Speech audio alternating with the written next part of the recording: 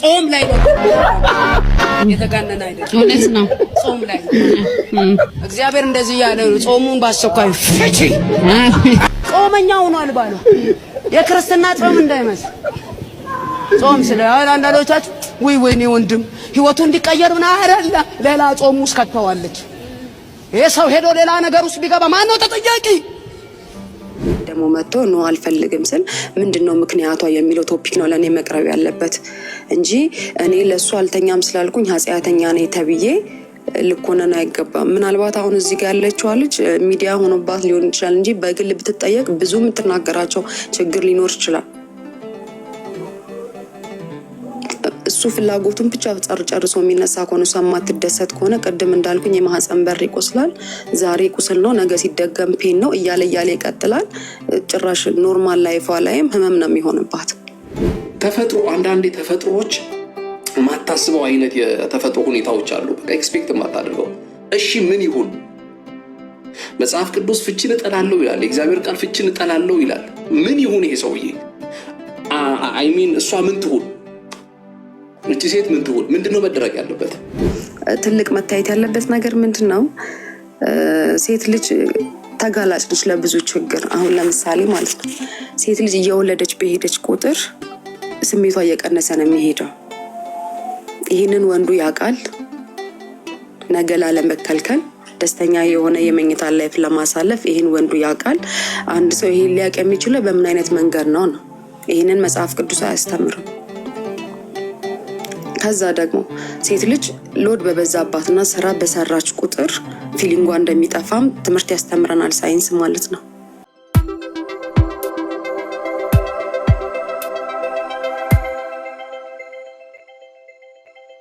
እግዚአብሔር እንደዚህ ያለ ጾሙን ባስቸኳይ ፍቺ ስሚኝ።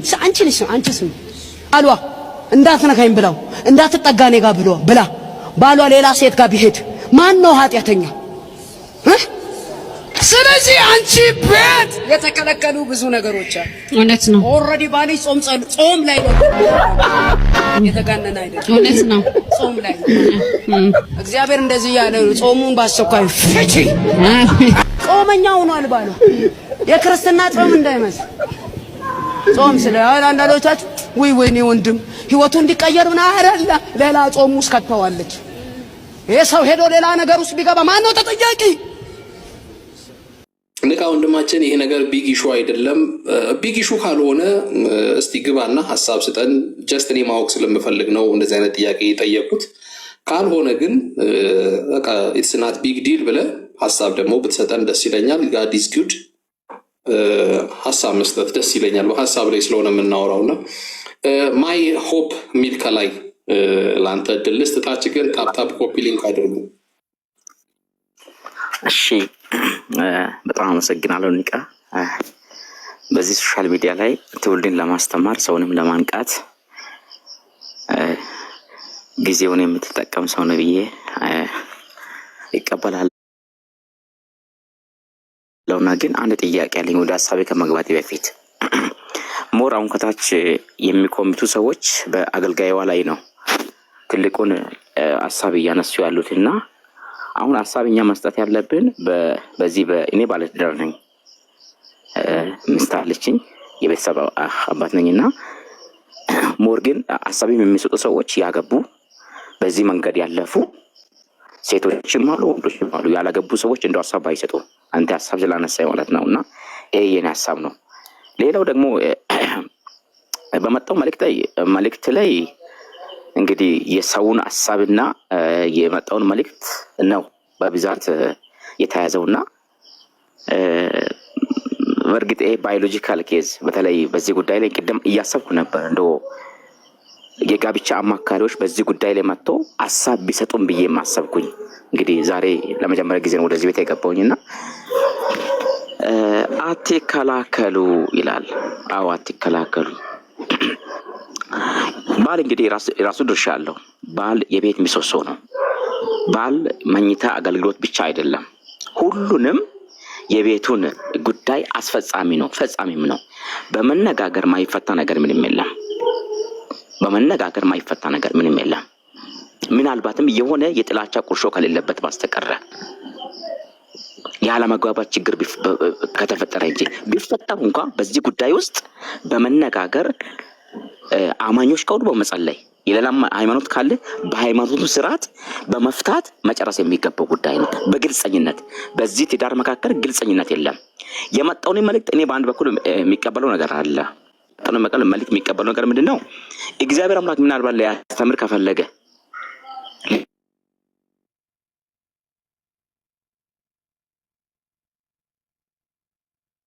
ኔትወርክ ነው ያወረደው። ወንድማችንን ቆንጆ ሐሳብ እየሰጠ ነበረ። ኔትወርክ ነው ያወረደው። ተመልሶ ካለ ቢገባ ብታስገቡት ደስ ይለኛል። እኔም ለዛ ነው መጀመሪያ እኔ ብዙም አላወራም እዚህ ጉዳይ ላይ ብያለሁ። ኦፍኮርስ ባለትዳር ስላልሆንኩ ሐሳብ ብዙም ባላወራ ደስ ይለኛል። ባልኖርኩበት ህይወት ሐሳብ መስጠት ቀላል ስላልሆነ ማለት ነውና ግን እንደ እግዚአብሔር ቃል እናውራ ብለን ስለመጣን ብዙ ባለትዳሮች የምትከታተሉም ስላላችሁ ይሄንን ቤት እዛ ላይ ሐሳብ እንድትሰጡ ነው። እስኪ ሴት እድል አልሰጠው በፍቅር ንቃ ከተቻውትሽ ሀብታሙማ ግባ እያልኩት እኮ አልገባም አሉ።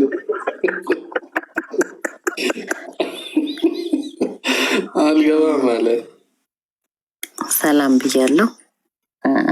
ሁላችሁንም ከላይም ከስርም ያላችሁ ሁላችሁንም ሰላም ብያለሁ።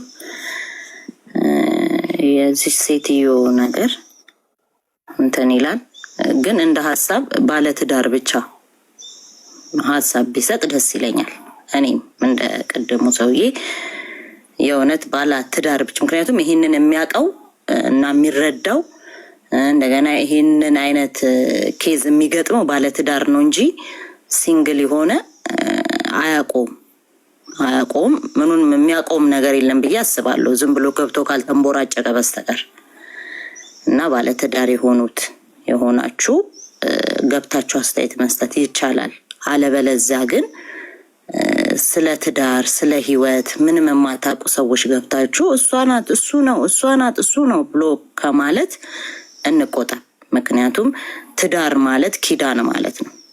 ኪዳን ማለት ደግሞ ቅድስና ነው እና እንደ ቃሉ ብንሄድ ጥሩ ነው ብዬ አስባለሁ።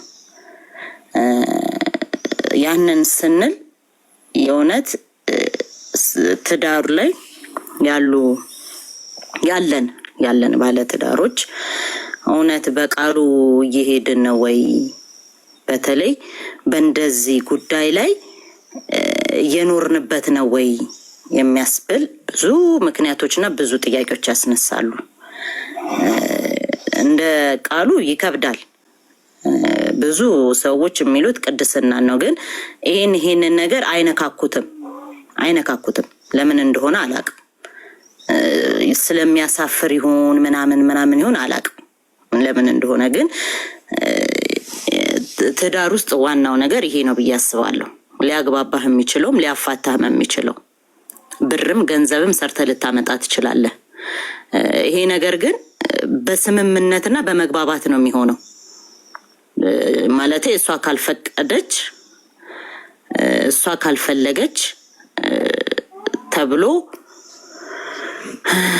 እኔ እንደው እኮ ጨነቀኝ እኮ እንዴት ላውራ፣ በራሴ አማርኛ ላውራ። ንቃዬ እንዳይደብርህ እንግዲህ በጣም ተጨንቄ ነው እያወራሁ ያለሁት። ይሄ ሁሉ ሰው አለ ብዬ የሆነ እንዳትጨነቂ እንዴ። ለምንድን ነው የምትጨነቂው? ሀሳብሽንማ በነፃነት ጥቀሺ።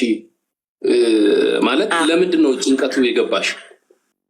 አይ ጭንቀቱ የገባኝ ለምን እንደሆነ ልንገርህ። ትዳር ውስጥ ሆኖ ንቃዬ ብዙ አይነት ችግር አለ። አሁን አንዳንድ ወንዶች አይረዱህም። በተለይ እቤት የምትውል ሴት ላይ አይረዱህም። ልጆች ካሉ ምናምን ሲኖር አይረዱም። እነዛን ሁሉ መሰናክሎች አልፈው እንደገና አልጋ ላይ እናድክማችሁ የሚባል ነገር ሊኖር ይችላል እና ያ ነገር ያደክማል እና ወንዶች ተረዱ።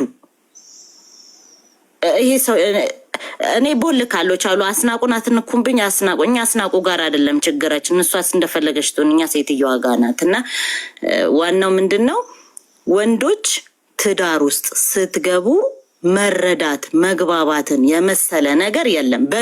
በተለይ እዚህ ጉዳይ ላይ ሴክሹዋል ግንኙነት ነገር ላይ መግባባት አለባችሁ። መግባባት ብቻ አይደለም ስታደርጉ የእውነት እኔ የኔ ባለቤትን አርክቻታለሁ ወይስ አላረከዋትም? ዝም ብሎ ተጋልቦ በቃ ቴንኪው ተባብሮ ለመውረድ እንዳይሆን እና ስለዚህ ብንግባባ ብንረዳዳ ይሻላል ብዬ አስባለሁ። ሴትዮዋ ከለከለችው ለሚለው ስለ ሰውየው ባህሪ ምናቀው ታሪክ የለም ምናቀው ታሪክ እኔ ያስቸግራት ይሆናል፣ ሌላ ችግር ይኖራት ይሆናል፣ ታማሚ ልትሆን ትችላለች። ምክንያቱም ጾመኛ ነኝ ያለችው እሱን ላለማጣት ሊሆን ቢችልስ ምን እናውቃለን?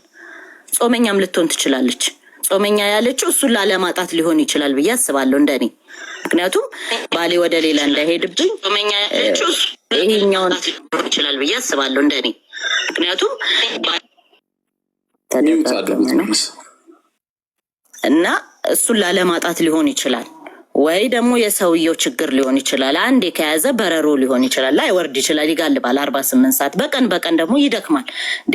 ወንዶችም አስተካክሉ፣ በወርም በሳምንትም በ15 ቀንም ይሆናል እኮ ምን የት ይሄድባቸዋል? የሚስታችሁ ነው፣ የትም አይሄድም። ቆጥባችሁ በአግባቡ መጠቀም እና ስሜቷን ካልተረዳት ምንም ልታረግ ስለማትችል ጾመኛ ነኝ የሚለውን ነገር መጠቀሟ ትክክል ናት። እኔ ማውን ነገር ላይ በትዳሬ ላይ አልሰጥህም ሳይሆን ብዬ የምከለክለው እስከ ፍጻሜው ያለብኝን ኬዝ እነግረዋለሁ። የማይረዳኝ ከሆነ ጾመኛ ነኝ እለዋለሁ።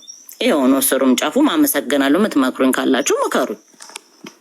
ልሞት አልችልም፣ ከዚህ በላይ አልፈነዳም እንዴ። ሃይ እኔ ዘግቼ ልውረድ እንዴ? ላይቭ ዛሬ የማይሆን ነገር ነው እንዴ ርዕስ አድርጌ ያመጣሁት? በጌታ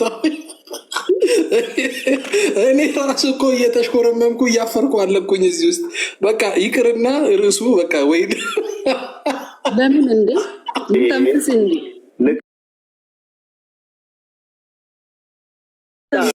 ለምን ይቀራል?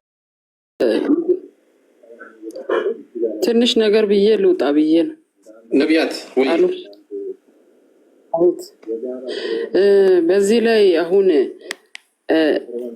እቺ አገልጋዩ ራሱ ስትናገር እንግዲህ እኔ የመሰለኝን ነው የምነግረው፣ የራሴን ሐሳብ ነው የምነግረው እና እሷ ራሱ እንደዚህ አይነት ነገሮችን በሚዲያ መናገር አያስፈልግም። ለሷ ለራሷ ወደ ጆሮዋ ጠጋ ብላ መናገር አለባት። ይሄ በአደባባይ እንደዚህ ምስጥሯ መውጣት የለበትም። ሲቀጥል ደግሞ ባሏ ወደ ሌላ መሄድ የለበትም። የራሷ ውስጥ ችግር ሊኖራት ይችላል ብዙዎቹ ብለዋልና እና እሱ ጋር ችግር ቢኖርስ ያላሟላ ችግር ሊኖረው ይችላል የከለከለችው ማለት ነው። እሷ ደግሞ ይባስ ብሎ ከልክላለች ብሎ ወደ ሌላ መሄድ ምን ያህል ውስጥን ይጎዳል፣ ስሜትን ምን ያህል ይጎዳታል። እንደገና ደግሞ እንግዲህ የሄደው ሰውየው ጥፋተኛ ነው። ሰውየው ለምን ይሄዳል? በቤታቸው በቤተ ክርስቲያን ዙሪያ መፍታት ይችላሉ። በንግግር ይፈታል። የማይፈታ ነገር የለም። ብዙዎቹ እንግዲህ ሴቶች የሚከለክሉት የራሳቸው ያው አንዳንድ ጊዜ ብዙ ምስጥር አለና የሚከለክሉት ነገር ሊኖር ይችላል። እሱ ያጎደለው ነገር ቢኖርስ ቢደብራትስ? እንደገና ደግሞ በቃ ይሄን እኮ ላለመግለጥ ነው እሷ እንግዲህ እንትን ያለችውና የከለከለችው እኮ የሆነ ነገር ኖሮ ነው በቃ እሷ የከለከለችው ማለት ነው። ስለዚህ የእሷን ሳይረዳ ቀርቶ እንደገና ደግሞ ወደ ሌላ መሄድ ምን ያህል ሳይኳን ይጎዳል። በጣም ከባድ ነው እውነት። ባለትዳር ሆኖ በጣም ብዙ ችግር አለ። ብቻ እግዚአብሔር ያስችላል። ነቢያት እኔ እዚሁ ላይ አንድ ጥያቄ አንቺን ልጠይቅሽ። አይ ቲንክ ባለትዳር ነሽ ብዬ አስባለሁ አይደለ? አዎ ኦኬ። እና አሁን በዚህ ሀሳብ ላይ እንግዲህ እሱ ጋር ብዙ ችግር ሊኖር ይችላል። የከለከለችበት የራሷ ምክንያት አለ አልሽኝ። ምን መሆን አለበት ሰውየው? እሺ ማለት ሰውየው አሁን የሆነ ላይ ሆነች ብቻ እንትን አለው እኮ እሷ የከለከለችው እንግዲህ በፈሬድ ሰዓት ሊሆን ይችላል፣ ሊያማት ይችላል። እንደዛ አይደለም ሀሳቡ፣ እንደዛ አይደለም። ኖ ሀሳቡ እንደዛ አይደለም እኮ ኮምፕሊትሊ ምንም ነገር የለም እኮ ነው እያለች ያለችው። ቪዲዮን በደንብ ካልሰማሽ ችግር ከሌለ እንግዲህ የውስጥ እኮ ችግር ሊኖር ይችላል። የራሳቸው የከለከለችውበት ችግር ሊኖራት ይችላል። ችግር ሳይኖር እኮ የሆነ እሱ ያጎደለ ነገር ሊኖር ይችላል የከለከለችው። ይሄን እንግዲህ በቤተ ክርስቲያን ዙሪያ ላይ ሙስሊም ቢሆን ኦርቶዶክስ ቢሆን ጴንጤም ቢሆን የራሳቸው እንግዲህ ቤተ እምነት ዙሪያ ላይ አባቶች አሉ። በቃ መናገር፣ መፍታት፣ መወያየት ይቻል ነበርና እሷ ጋር ጥፋት የለም። እሱ እንዴት ይሄዳል? በቃ ኃጢአተኛ ነው ብዬ አስባለሁ በራሴ አመለካከት እና በቃ ወደ ዝሙት ወድቋል ብዬ አስባለሁ። የራሴ አስተሳሰብ ነው የምነግርህ እንግዲህ። እሺ ሐሳብሽን አከብራለሁ። እንደ ሐሳብ ተባረኪ። ያው ሐሳብሽ ላይ ብዙ ኮምፕሌን አላደርግም፣ ምክንያቱም እንደነገርኳችሁ መጀመሪያ እና ሪዝን አላት። አይ ነው እውነት ያ ሪዝን ኃጢአተኛ ለመባል ያበቃታል ወይ? አንድ ሁለት ሰውየው ቢሄድና ቢያደርግ ደግሞ በደለኛ ያስብለዋል ወይ? ሁለት እኔ ከጠየቃችሁኝ ብዙ አላብራራም፣ ግን መጽሐፍ ቅዱስ እንደሚለው አዎ በደለኛ ነው፣ ኃጢአተኛ ነው። ምክንያቱም ትዳር አለው፣ ሌላ ቦታ ሄዷል፣ ዝሙት ነው ብዬ ነው ማስበው። ግን ደግሞ በመሀል ያለውን ነገር እኔ አሁን እንደዚህ መፈትፈት ስለማልፈልግ ባለ ትዳር ብቻ የሆነ ያውራ ምለውም ለዛ ነው። ስለማለው የማላውቀውን ነገር አላውቅም ስለምል እውነት ኃጢአተኛ ናት ወይ ሴትይቷ የሚለውን ሀሳብ ነው እኔ ፎከስ ላደርግበት የነበረው ዛሬ። እውነት ኃጢአተኛ ናት ወይ? እውነት በደለኛ ናት ወይ የሚለውን ሀሳብ ነው። ማይሆፕ ቅድም ሀሳብን አልጨረስክም፣ አሳጥረ በአንድ ደቂቃ ልስጥ ሀሳብህን ጨርሰውና ደግሞ ላላወሩ ሰዎች እየሰጠው ሄዳለሁ። አመሰግናለሁ። ኔትወርክን ያስወረደኝ እና በነገራችን ላይ የራስን ሀሳብ እየሰጠው በዚህ ጉዳይ ላይ አብዛኛው በኢትዮጵያ ከ190% ፍቺ የሚበዛው ቅድም ቤታችን ተናግራለች እና ፓስተሩም ነቢዩም ሁሉም ሰው ወደ ፍቺ የሚሯሯጠው ይሄ ጉዳይ ነው። ድህነት አይደለም። ይሄ በጣም ትልቅ ኢሹ ነው፣ መነሳትም ያለበት ነው እና ስንሰማም ደግሞ በትክክል ዝም ብሎ ሳይሆን እርግጠኛ ነኝ ከዚህ ውስጥ 50% በዚህ መንገድ ላይ የሚታልፉ ሰዎች ናቸው። እርግጠኛ ነኝ ሴትም ቢትሆን ወንድ። ግን የምናደርጋቸውን ነገሮች ሁሉ በአጠቃላይ የምንሰማውን ምናልባትም እግዚአብሔር ዛሬ ቤታችንን ሊፈውስ ያመጣው አጋጣሚ ነው ብዬ አስባለሁ እና በማስተዋል ንቃ እንግዲህ እቺ የከለከለችው ሴት እንግዲህ ዘመዲት ይሁን እኔ አላቅምና በጣም ጥምቅና ቆማልና ግን ሐሳቡ ላይ ነው ማነሳውና አንዳንድ ወንዶች በባህሪያቸው እኔ ከሚስቴ ጋር ለመተኛት ከፈለኩ ሁኔታዎችን የምታስተካክለው እሷ ነች፣ እኔ አይደለሁም። የራሴ ፓርት አለ፣ የራሴ ድርሻ አለ፣ የእሷ ድርሻ አለ እና ስለዚህ ሴት ትደረጋለች፣ ወንድ አድራጊ ነው። በግልጽ አማርኛ ሴት ከወንድ ጋር ትተኛለች፣ ወንድ ደግሞ ከሴት ጋር ይተኛል እና ስለዚህ ይሄ በግልጽ አማርኛ ምናልባትም በሷ ህይወት የሆነ ችግር ካለ ደግሞ ቅድም ይታችን በፍቅር ብላለችና መነጋገር፣ ማውራት። አዎ ዛሬ ማይሆን ከሆነ አይሆንም። ችግሩ ምንድነው? በዚህ ምንም ማረም ያስብል ነገር አይደለም። በዚህ ምክንያት ተብሎ ግልጽ ማውራት ነው። ሌላ ወንድየውም ደግሞ ማመቻቸት ያለበት በግልጽኝነት። እኔ አሁን ለምሳሌ ሚስቴ ና ከኔ ጋር ሊተኛ ማለት አትችልም። ሴት ነችና እኔ ነኝ በፍቅር ማድረግ የሚገባኝን ነገር ሁሉ አየሩን ማዘጋጀት ያለብኝ፣ ማመቻቸት ያለብኝ። አሁን ግልጽ ማውራትን ኢትዮጵያውያን አንወድም። ለዚህ እኔ አንዲት ይት ከውጪ ምን አለች? እኔ አሁን ነጭ ባል አይደለም ነጭ ነው ማግባት ፈልገው ኢትዮጵያዊ አይደለም ማለች።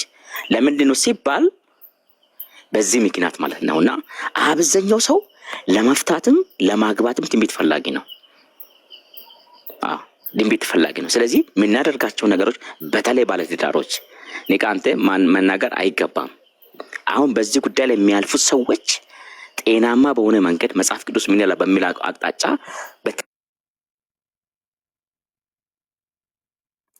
ኔትወርክ ነው የሚያወርደው ወንድማችንን። ኔትወርክህን አስተካክል። ኔትወርኩን አስተካከል። አሪፍ ሀሳብ ነው። ሌሎቻችሁ ሚውት ዝጉ። ሰርካለም ነው ሚውት ዝጊ እህቴ። በእድላችሁ በገባችሁበት ቁጥንትን ስለምሰጥ ማለት ነውና ለዛ ነው። ወንደሰን እሺ፣ ወደ ሄኖስ አላወራም እኮ እስካሁን። ቆይ ሄኖስ አላወራም። ከዛ ወንደሰን፣ ከዛ ቤኔዘር አለ። ሄኖስ እኔ መጨረሻ ላይ አወራለሁ። ንቃል መጨረሻ ላይ ላውራ ነው። በጣም እሺ። ስታስገባ ባለትዳሮችን ብቻ ነው የምታስገባልኝ። እሺ ሞዴሬተር፣ ስታስገባ ባለትዳሮችን አስገባልኝ። እሺ ወንደሰን። እሺ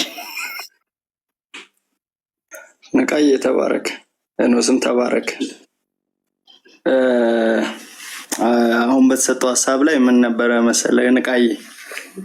አንደኛ መጠየቅ አትችልም ሴቷ አለ።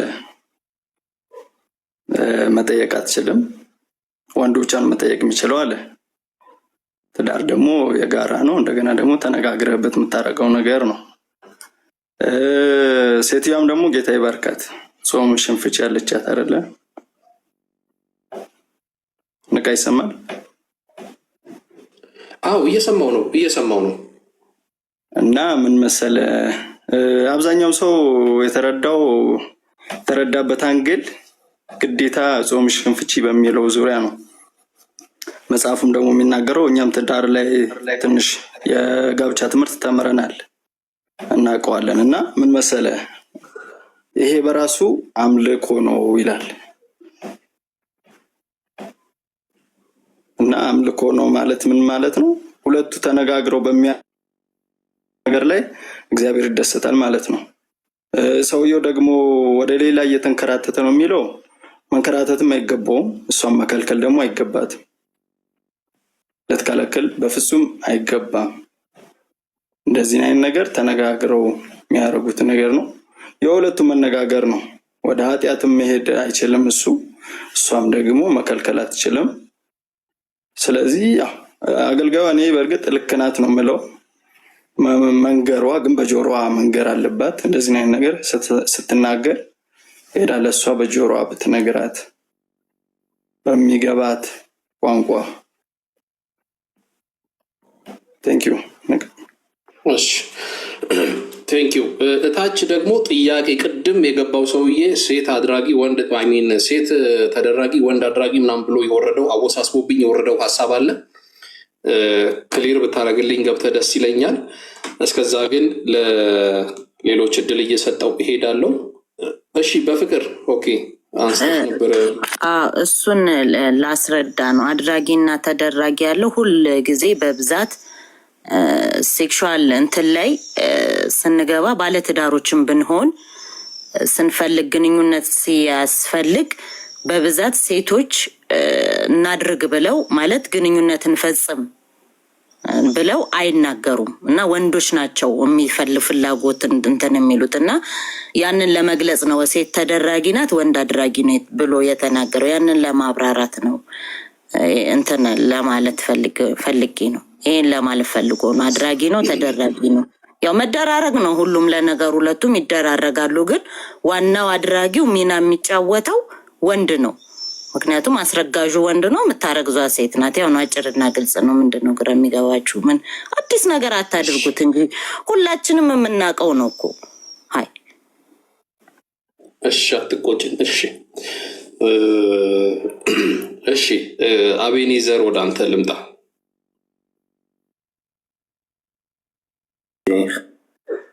ሰላም ለእናንተ ይሁን። አርፍጄ ነው የገባሁት። ሌላ ፕሮግራም ላይ ነበርኩ። በአጋጣሚ ሳይ ነው የገባሁት።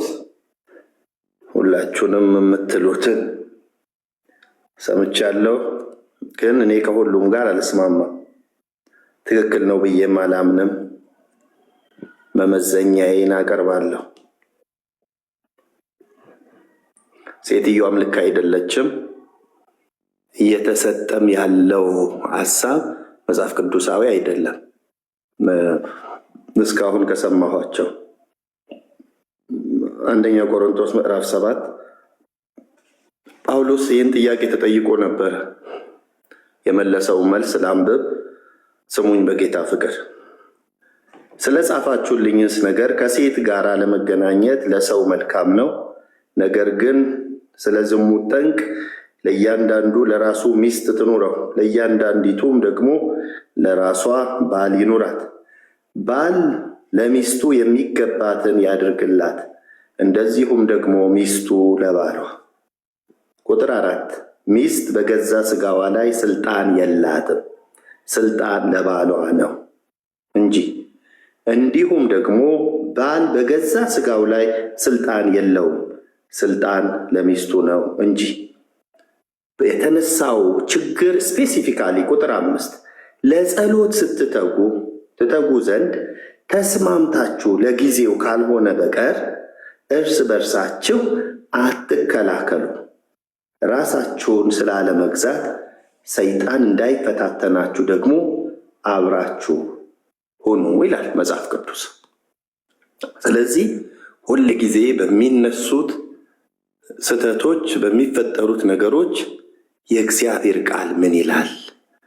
አንድ ቃል ልጨምርበት። አንደኛ ቆሮንቶስ 11 ላይ አንደኛ ቆሮንቶስ 11 ወንድሞ ነገር ግን የወንድ ሁሉ ራስ ክርስቶስ፣ የሴትም ራስ ወንድ፣ የክርስቶስም ራስ እግዚአብሔር እንደሆነ ልታውቁ እወዳለሁ።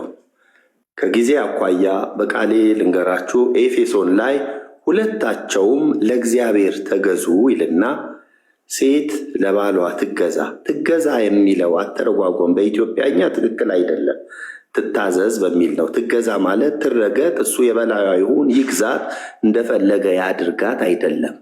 መገዛት ሁለቱም ይገዙ።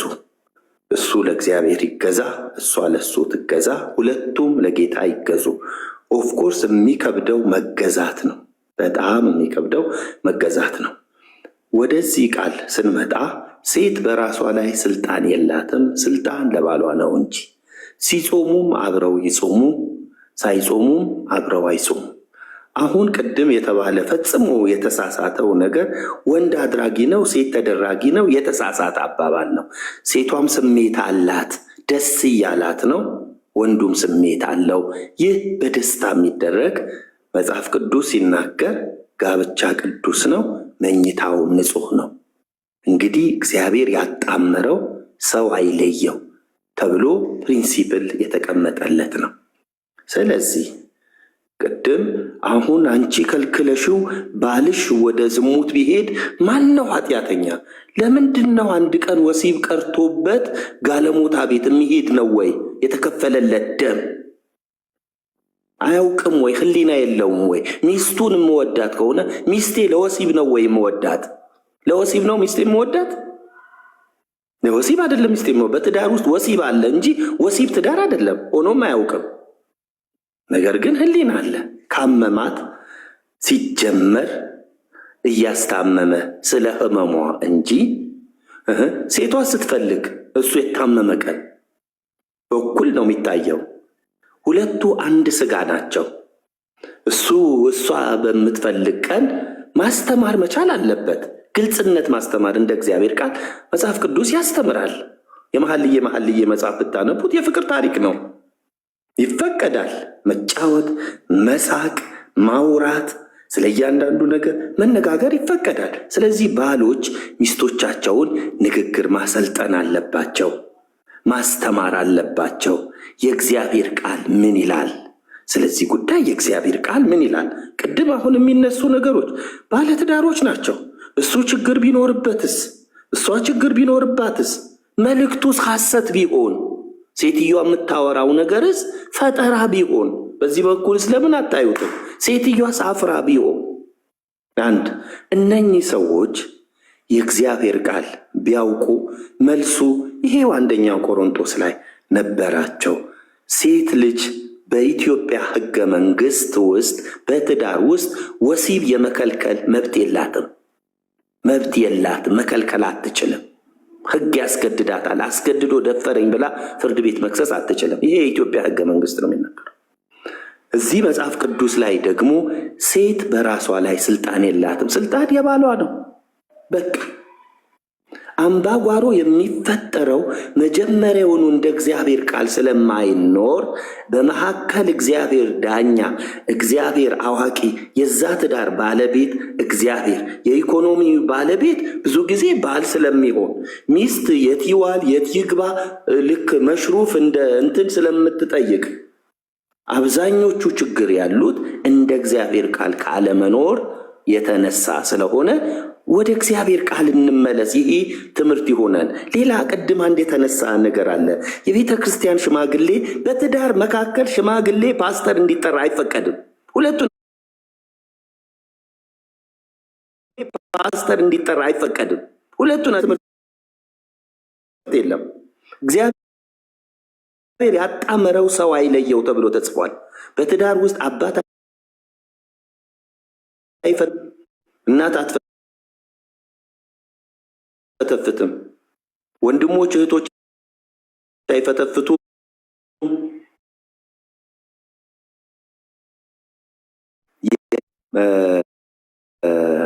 የሚስትም ዘመዶች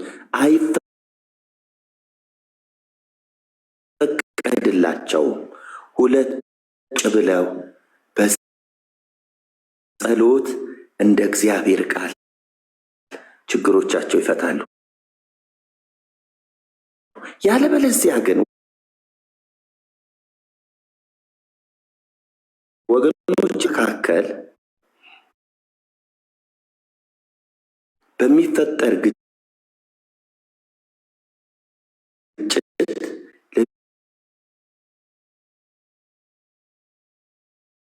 ቢያንስ ሽማግሌም ሆነ ፓስተር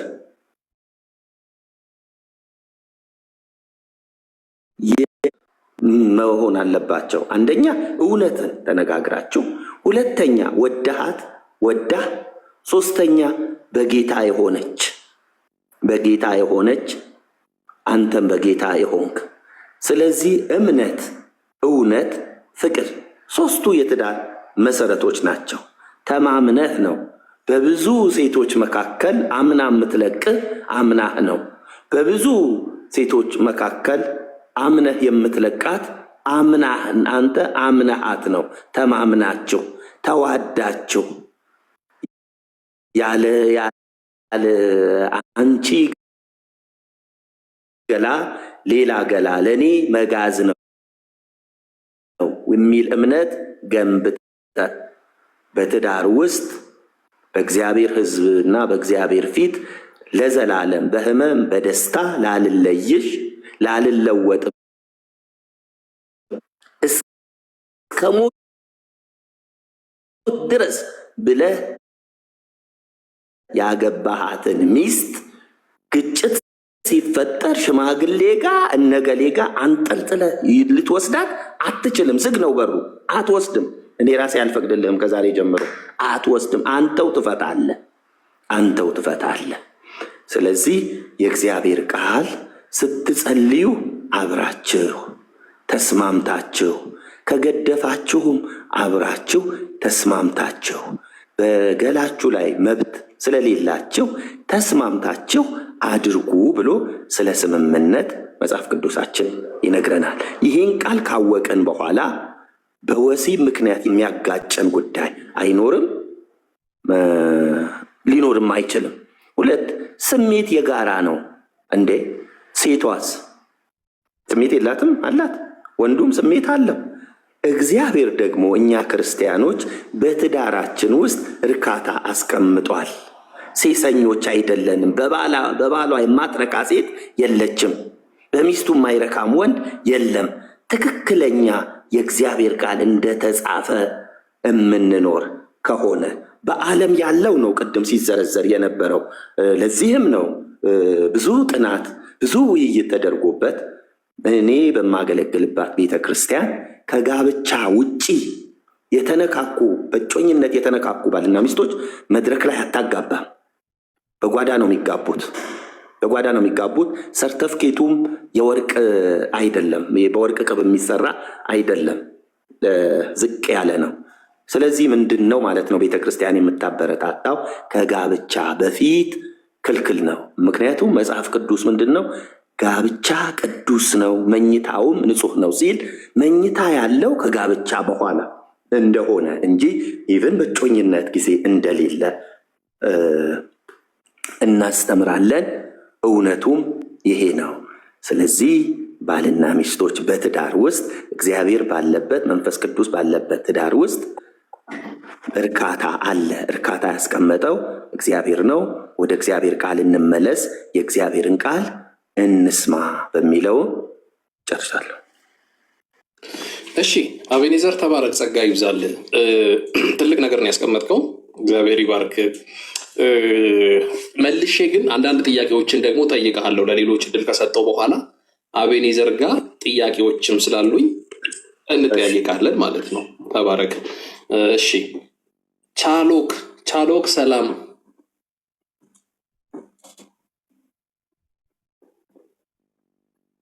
ቻሎክ። እሺ ገስት ላይ ገብቶ የማያወራ ሰው አውርዱልኝ ሞዴሬተሮች።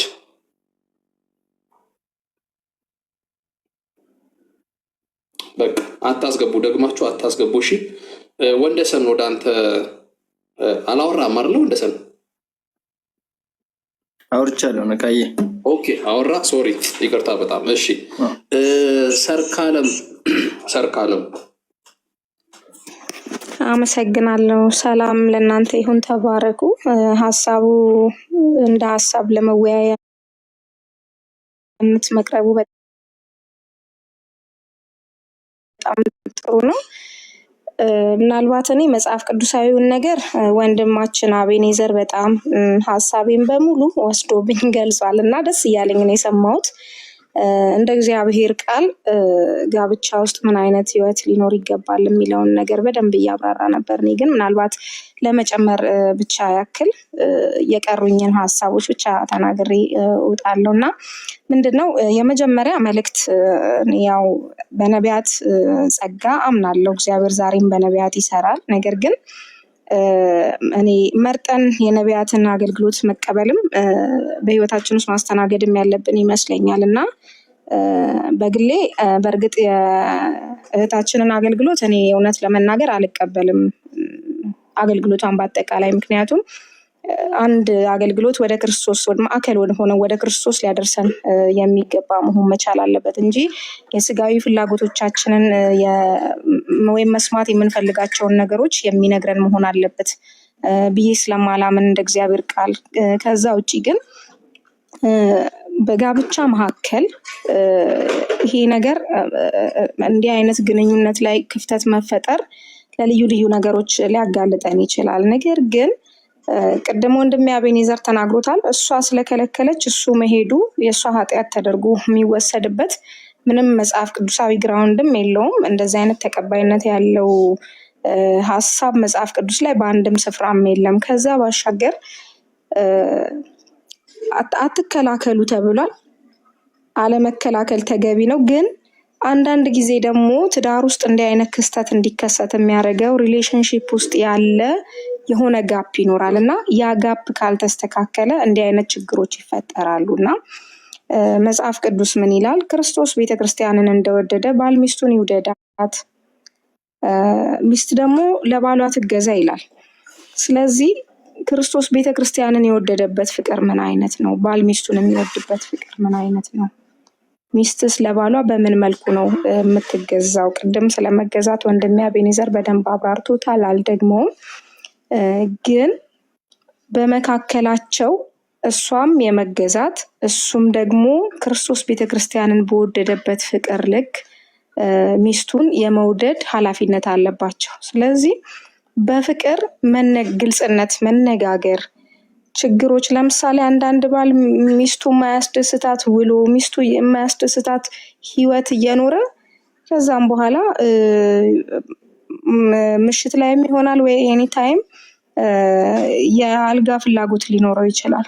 ሴት ልጅ ደግሞ በተፈጥሯ የኢሞሽናል ፍላጎት ሳይኖራት ምንም የምታደርገው ነገር አይኖርም። ያ ኢሞሽናል ፍላጎቷ ደግሞ የሚመጣው ከምታሳልፋቸው ነገሮች ተነስታ ነው እና አንዳንድ ጊዜ በሪሌሽንሺፓችን ውስጥ ጋፕ እያለ ችግሮች እያሉ ወንድ ልጅ ተናዶም ተጣልቶም ምን ብሎም ተቆጥቶም ከፍቶትም ሚስቱን ባየ ጊዜ ወዷት አካላዊ ቁመናዋንም ቢሆን ወዶ ስለሆነ የሚያገባት ኤኒ ታይም ፍላጎቱ ሊኖረው ይችላል። ሴት ልጅ ግን የሆነ ነገር ውስጧ ጥያቄ ካለ ያ ጥያቄ ሶልቭ ካልተደረገ ትቸገራለች እና በግልጽ ማውራት፣ ሚስትን ክርስቶስ በወደደበት ፍቅር ልክ መውደድ፣ መንከባከብ፣ ሴትም ደግሞ ሆነች ወንድ እርስ በርስ አትከላከሉ እስከተባለ ድረስ የራስን ስሜት ብቻ ሳይሆን የሌላውንም ስሜት ማዳመጥ ተገቢነት ይኖረዋል የሚል ሀሳብ ለመስጠት ነው። አመሰግናለሁ ስለሰጣችሁኝ እድል። ተባረኩ።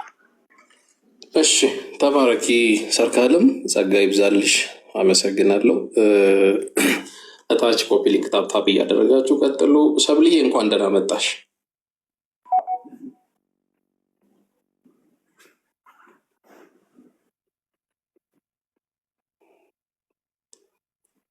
ሰብሊ አለሽ?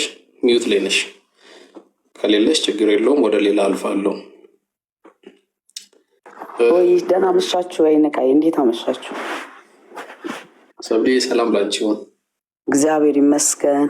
ከታችም ገስትም ያላችሁ የጌታ ሰላም እና ጸጋ ይብዛላችሁ። ጥሩ ሀሳብ ነው፣ ሰምቼዋለሁ። ወንድማችን አቤኔዘር እግዚአብሔር ይባርክ። እኔ ውስጥ የነበረውን ሀሳብ እንዳለ ተናግሯል። እንደገና እህታችን ሰርካለም በጣም ተባረኪ። እንደ ባይብሊካል ኦልሬዲ ጨርሶታል አቤኔ። ግን ምንድን ነው የሚለው? ባሎች ሆይ ክርስቶስ ደግሞ ቤተክርስቲያንን እንደወደደ እንዲሁ ሚስቶቻችሁን ውደዱ ይላልና እንደገና ደግሞ እንደ ራስህ አድርገህ ውደዳት ይላል። ኖርማሊ ባይብል መጽሐፍ ቅዱስ ለእኛ የመጣው መሪያችን ነው፣ መካሪያችን ነው። እንደገና እኔ የራሴ አይደለሁም። ኦልሬዲ ወደ ትዳር ዓለም ከመጣው በኋላ የኔ የሆነ ሁሉ የባሌ ነው፣ የባሌ የሆነ ሁሉ የኔ ነው። እንደገና ከዚህ ጋር ከመጣው ፕሮፌሲ አንጻር ክርስቶስ ያቺን ሴት ባገኛት ጊዜ ኃጢአተኛ ነሽ አይደለም እነሱ ፊት ያላት፣ እነሱ ከሄዱ በኋላ ዳግመኛ ኃጢአትን አትስሪ ያላት እና እኛ አገልጋዮች ፈራጅም እንድንሆን አይደለም ትልቁ የኛ መመረጣችን። መፍረድ ቢቻል ኖሮ ሊወግሯት ያመጧትን ሴት በያዙት ድንጋይ እንዲወግሯት በፈቀደላቸው ነበር። ግን ባመጧት ሰዓት ሁሉም ራሱን እንዲያደረገና ከዛ የታሉ ብሎ ሲጠይቃት አጣቻቸው። ሊወግሯት የመጡ ሰዎች እንዳልፈረዱባትና እኔም አልፈርድብሽም አለና ብቻዋን ዳግመኛ ኃጢአትን አታድርጊ አላት። ሁለተኛ ዮሐንስ 4 ላይ ያለችውን ያቺ ሳምራዊቷን ሴት ሲያገኛትም እንደዛ ብቻዋን ያወራት። ደቀ መዛሙርቱን ወደ ከተማ ከሸኘ በኋላ ብቻዋን እና ጥበብ የተሞላበት አገልግሎት ቢሆን ለምሳሌ ሚዲያ ላይ የሚለቀቃለ ማይለቀቃለ። እቺ እህት ምናልባት ተሸማቃ ሊሆን ይችላል። እዛ ጋር እያያችኋት ከሆነ እንትን ሽምቅቅ ብላለች። ብዙ ኮንፊደንስ የላትም። ጾም ፍቺ ነው ያለቻት። ጾም ፍቺ የሚለው ነገር ምንድን ነው? ይሄ ትዳር ነው። ትዳር ደግሞ የትዳር ኬዝን እንደ ቤተ ክርስቲያን መምከር፣ አንተ ጋር የምታውቀውን እውቀት አደባባይ ከማስጣት ይልቅ አስገብቶ በመምከር መንገድ በማሳየት አምናለሁ። እንደገና ደግሞ እውነትም እዚህ ጋር እንደሚባለው ባለቤቷን ኖርማሊ የፍቅር ግንኙነት ከልክላው ከሆነ ባይብሊካሊ አይደለም። መጽሐፍ ቅዱስ ተስማምተው ለጸሎት እንኳን ተስማምተው ነው የሚለው። ተስማምተው ተነጋግረው ተማምነው አምናበት ነው ለጸሎት እንጂ አትከላከሉ ተብሎ ተጽፏል። ስለዚህ ክርስቶስ ቤተክርስቲያንን ከወደደ እኛም ባሎች ሚስቶቻቸውን መውደድ እንደገዛ እንደ ራሱ ይውደዳት ነው የሚለው። እንደገና እዚህ ጋር ብዙ ሰዎች ምን ሲሉ ሰምቻለሁ? ካመማት እንደዚህ ከሆነች የሚል ነገር ሰምቻለሁ። ኖርማሊ ቤት ውስጥ ያለውን ነገር ባልና ሚስት ተዋውቀው መኖር አለባቸው። ተዋውቀው መኖር አለባቸው ስል የኔን ጤና ባለቤቴ ሊያውቅ ይችላል፣ ማወቅም አለበት። የእሱን ጤና እኔ ማወቅ አለብኝ። እንደገና ደግሞ እሱ ወደ ሌላ እንዲሄድ አደረገው፣ ታደርገዋለሽ፣ አደረገችው ለሚለው ደግሞ ምንድን ነው መጽሐፍ ቅዱስ አንደኛ ጴጥሮስ ላይ ምን ይላል? ከጋለሞታ ጋር የተኛ የጋለሞታን ባህሪ ይዞ ይመጣል ይላል። እና እሷ ባታረገውም ፍላጎቱ ካለው ይሄዳል ማለት ነው። ኖርማሊ ከስጋዊ ፍላጎት ውጪ ሚስቱ ጋር የሚፈልገው ነገር ከሌለ ወንድ አልጋ ላይ ያለውን ግንኙነት ከለከለችኝ ብሎ መሄድ ከጀመረ ሰው በልቡ የሞላውን በአፉ ይተገብረዋል። ልቡ ውስጥ የሞላው ያ ኬዝ ያ ጉዳይ ስለነበረ እንጂ ሚስትየው አብራው መተኛት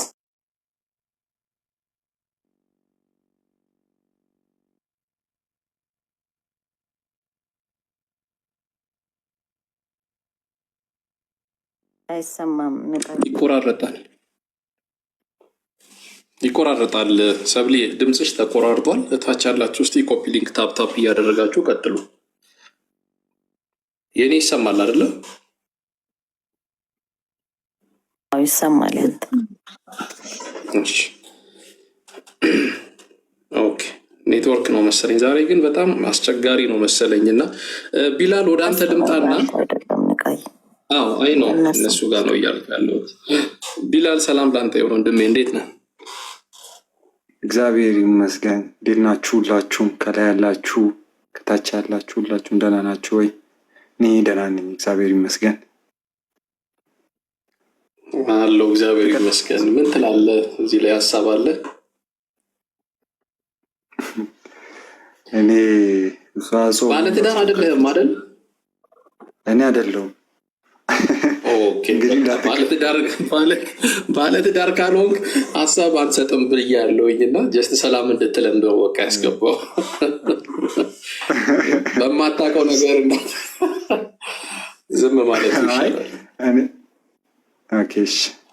እኔ ግን ከእግዚአብሔር እንትን አንጻር ባወራ በጣም ደስ ይለኛል። በዚህ ምክንያቱም ምኑን አውቀህ ነው ስለ ትዳር የምትነግረን ወንድሜ? ቢላልዬ ይለፈን። ቢላልዬ ቆይ ይሄ ሀሳብ ይለፈን፣ እኔ እናንተን ይለፈንና እንትን ስንል ገብተንበት የሆነ ቀን ደግሞ ቤት ከፍተን እናወራለን። አይመስልም? ተባረክ። ለማንኛውም ተባረክ። ሰብሊ ሀሳብሽን ጨርሺ። ይቅርታ ኔትወርክን ያወረደኝ ሶሪ በጣም እና እኔ ምናምን አለው መሰላችሁ። እንግዲህ በትዳር 23 ዓመቴ ነው። በትዳር 23 ዓመት ስንኖር ድካም ሳይኖር ስተት ሳይኖር ንክኪ፣ ጠብ፣ ክርክር ሳይኖር አይደለም። ትዳር ውስጥ ብዙ ነገር አለ፣ ግን በመተማመን በመተያየት ግን መሰጣት የሌለባቸው ነገር ባይሰጡ ባይነኝ እኔ እንደ ቤተክርስቲያን ብዙ ምናያቸው አሁን ላይ ምናያቸው ነገሮች ባይብሊካሊ አይደሉም። እኔ እንደዚህ ስል ባይዘዌ ብዙ ሰው ቅር ሌለው ከቻለም ብቻ አላቅም ሶሪ፣ ግን ባይብሊካሊ ይሄ መጽሐፍ ቅዱሳዊ አይደለም። ሁለት ባለትዳሮችን አቁሞ መፍረድ እንትን ማለት ጥሩ አይደለም። ከተቻለ አንዳንዴ ቢሮም እኮ ታወራለህ። እናንተ ሁለታችሁም ቢሮ ላናግራችሁ ብለህ ሆልድ ታረጋለህ። እህታችን ስኔጋ የሄደችውም እህት እውነት ከባሏ ጋር እንደዛ ጾም ላይ ነኝ ብላ ብዙ ዘመን አቆይታው ነገር ፈቃደኛ ሳትሆን ባሏ ወደ መማገጡ ገብቶም ከሆነ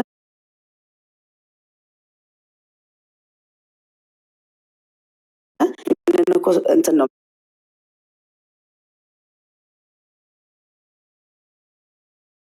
መታረገው ነገር ምንድነው? ስለ ትዳር ስንመጣ ግን ኖርማሊ በትዳር መሃል ባልና ሚስት ተስማምተው ተወያይተው ተማምነው ተነጋግረውበት እንጂ የሚፈቱት አደባባይ ላይ በማውጣት አላምንም። የቤተክርስቲያን ሽማግሌ ይግባ የተባለውንም አላምንም። መፍታት አለባቸው ባለትዳሮች። ሚዩት አርግ ፕሮፌት የገባ እና ይህንን ነው መመክረው እንደ ባለትዳር መጽሐፍ ቅዱስ እንደሚናገረው የእግዚአብሔር ሰው አቤኔዘር ቅድም እንዳለው ባሎች ሆይ ሚስቶቻችሁን ውደዱ መራራም አትሁኑባቸው ይላል። ቆላስይስ 3:19 ላይ ሚስቶቻችሁን ውደዱ ይልና መራራም አትሁኑባቸው ማለት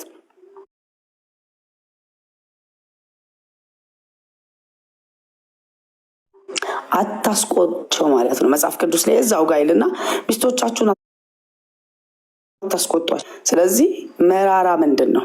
ለምሳሌ እቺ ሴት ምን ሆኖባት እንደሆነ አናቅም። ለሚዲያው ውበት ተብሎ የተሰራም ሊሆን ይችላል። አይዶን ነው። ግን ትልቁ ነገር ምንድን ነው? አንደኛ ይሄ አደባባይ መውጣት የሌለበት ኬዝ ነው። ነገም ተነገ ወዲያም ልቡ ጫፍ ላይ ካለ ምክንያት ሆኖለት ከሆነ አልጋ ላይ ከለከለችኝ አብራይ መተኛት እምቢ አለች ብሎ መሄድ የጀመረው ወንድ ከሆነ ልቡ መጀመሪያ ሸፍቷል ማለት ነው። ልቡ መጀመሪያ ከሚስቱ ጋር አልነበረም ማለት ነው። ፍቅር ማለት ይሄ ኑሮን የሚያስቀጥለው ሴክስ ሳይሆን መጀመሪያ መፈላለግ፣ መተማመን፣ መፈቃቀር፣ እርስ በርስ መተሳሰብ ነው። ሴክስ የደስታ መግለጫ እግዚአብሔር የፈቀደልን ጉዳይ ነው። ግን ዋናው ነገር የልብ መዘጋጀት፣ የልብ መፈላለግ ስለሆነ ይሄኛውን ነው የኔ ሀሳብ። እንግዲህ በጣም አመሰግናለሁ። ተባረኩልኝ። እሺ ቴንክ ዩ ሰብሊ፣ እግዚአብሔር አምላክ ይባርክሽ። ተባረኪ፣ ጸጋ ይብዛልሽ። ማን ፕሮፌት ለምንድን ነው የምትገባው? ለምን ትወጣለህ? አንተ ተራ ሲደርስ ሶስቴ ያስገባው ሶስቴ ወጣ እኮ ወንድሜ። ባለትዳር ነህ መሰለኝ ወይ ደግሞ እንዴት ነው? ጫፍ ላይ ያለ ነገር አለ አልገባኝም። ትወርዳለህ፣ ትገባለህ፣ ሀሳብ ትሰጣለህ እና ትንሽ ግራ እያጋባኝ ስለሆነ ነው። እና ሌላው ደግሞ ቻሎክ የምትባል ወንድማችን ባለቤቷ ነህ እንዴ? ባለቤቷ ነህ? በጣም እንትን እያረከን ነው፣ በጣም የተጫንከን ስለሆነ ማለት ነው። እሷን አትንኩብኝ እያልክ በጣም እያስጨነከን ስለሆነ ማለት ነው። እና ፕሊስ ባታስጨንቀን ደስ ይለኛል። ግባ ብዬ ከአንዴም ሁለቴ ያስገባው ሀሳብ አትሰጥም፣ ገብተህ ትወርዳለህ። ከታች ግን እያስጨነከን ነው በጣም። ልጇ ነው ልጇ ነው። ኦኬ ታዲያ እንትን በላ ወንድሜ፣ በቃ ከታች ዝም ብለህ ስማ። በክፉ እንግዲህ አላነሳንም እኮ ሌላ ነገር ይገባኛል። ማይክ ይዝላታል ይላል። እሺ እኔ ወደ ሀሳብ ልምጣ። አሁን ቅድም አንድ ጥያቄ ነበረ ለአቤኔዘር ወዳልኩት ሀሳብ ልምጣና በመጀመሪያ ደረጃ ሀሳቡ ቅድም ሰብሊ ስትናገር ያነሳቸው ሀሳብ አለ። እንዲህ አይነት ጉዳይ በመጀመሪያ ደረጃ የሚወራ ጉዳይ አይደለም ነው። እሱን እስማማለሁ። ግን በጣም እማዝነው አሁን በነብይ ተብዬዋም ብቻ አይደለም፣ ህዝቡን ግን ሰምታችሁታል። ህዝቡ የሚሰጠው ፍርድ ለዛ ነው ፎከስ እንድናደርግበት ቅድም ስል የነበረው ማለት ነው። ላሰማችሁና አንዴ ከዛ እንትን እንዳለን ማለት ነው። አሏ እንዳትነካኝ ብለው እንዳትጠጋኔ ጋር ብሎ ብላ ባሏ ሌላ ሴት ጋር ቢሄድ ማን ነው ኃጢአተኛ? ስለዚህ እዚህ ጋር ነው ኦልሬዲ ኮንክሉዥን ሰርታለች። አይታችኋል። ጥያቄ ጠየቀች፣ ለጥያቄው ደግሞ መልስ ተመልሶላት እዛ ላይ ቤዝድ ሆና ነው ወደ ትንቢት የተባለው ነገር የቀጠለችው። ባሏ አልፈልግም እምቢ ብላው ሌላ ቦታ ቢሄድ ኃጢአተኛው ማን ነው ያለችው። ይሄ ሁሉ የተቀመጠ ህዝብ ግን እሷ ብሎ ፈረደ። በጣም ያዘንኩት እሱ ጋር ነው፣ የመጀመሪያው ደረጃ ማለት ነው። እሷ ብሎ ፈረደ። ታውቃላችሁ እንግዲህ አሁን እኔ እንትን እየሰጠው አይደለም፣ የራሴን የሆነ እንትን እየሰራው አይደለም። ግን ጭንቅላት እንዳለው ህሊና እንዳለው ሰው አእምሮ እንዳለው ሰው ይሄ ሁሉ የተቀመጠ ሰው እሷ ብሎ የፈረደበት ሪዝን ምንድን ነው? እሷ ብሎ የፈረደበት ሪዝን በጣም ግራን የገባኝ የመጀመሪያው ማለት ነው። ሁለተኛ ነገር ደግሞ መፍረዱ ብቻ አይደለም የሚገርመኝ፣ ከዛ ፍርድ ተነስታ ነው ደግሞ የቀጠለችው። ሴትዮዋን ነው ቁጭ አርጋ አቁማ ያሸማቀቀቻት እስከ መጨረሻው ድረስ ማለት ነው። ጥፋተኛም አድርጋት የሆነ ነገርም አድርጋት በስከ መጨረሻው ያሸማቀቀቻት እሷን ነው። አይኖ ሪዝን ሊኖር ይችላል በጣም ብዙ ነገር ምናምን፣ ግን በዚህ ልክ የመጀመሪያው ስነሳ which is በቃ completely wrong እንደሆነ አውቃለሁ። በቃ እሱን ግራውንድ ይዤ ልነሳና ግን ሐሳቡ እሷን ቢ በማለቷ እሱ ሌላ ቦታ ቢሄድ አሁን የአንድ ጉዳይ የአንድ ጊዜ ጉዳይ አይደለም። እንደነገራቸው እስከ መጨረሻው ከሰማችሁ የአንድ ጊዜ ኖ የመባል ጉዳይ አይደለም። ሌላ ሴት ጋር ቢሄድ ብላ ስትሰራ የነበረው ሐሳቡን ሪፒቴሽን አለው። እስከ መጨረሻው ግን ላሰማችሁ አንዴ። የተከለከሉ ብዙ ነገሮች አሉ። ኦልሬዲ ባሊ ጾም ላይ የተጋነነ አይደል? ጾም ላይ እግዚአብሔር እንደዚህ ያለ ጾሙን ባስቸኳይ ጾመኛ ሆኗል ባለ የክርስትና ጾም እንዳይመስል ጾም ስለ አንዳንዶቻችሁ ወይኔ ወንድም ህይወቱ እንዲቀየር ሆነ አይደለ? ሌላ ጾም ውስጥ ከተዋለች። ይህ ሰው ሄዶ ሌላ ነገር ውስጥ ሊገባ ማን ነው ተጠያቂ? እያያችኋት ነው። 100% እኮ ፈርዳለች እቺ ሴትዮ ላይ ማለት ነው። ልጅቷ በእርግጠኝነት ፊቷን ምናምን አይታችሁ ተሸማቃ ነው የምታወራው እና ቢሃይንድ ኦፍ ያለው ነገር አልታየም። የሰውየው ነገር ግን ከቨር ተደረገለት። ሰውየው ቢሄድ እንኳን ፕሪቪሌጅ ተሰጠው እኮ ቢሄድ እንኳን ተጠያቂው ማን ነው? አንቺ ነሽ አለቻት። የሆነ ነገር እንኳን ሌላ ሴት ጋር እንኳን ቢሄድ ኃጢአተኛው አንቺ ነሽ አለቻት ማለት ነው። ኃጢአተኛው አንቺ ነሽ። የሆዷን በሆዷ ይዛ እሷ ቆማ አዎ አሜን ትላለች ማለት ነው እህታችን። እንደ ሐሳብ ግን በመጀመሪያ ደረጃ እንደ ሐሳብ ይሄ ጉዳይ እንደ መጽሐፍ ቅዱስ እናውራ ነው ያልኩት።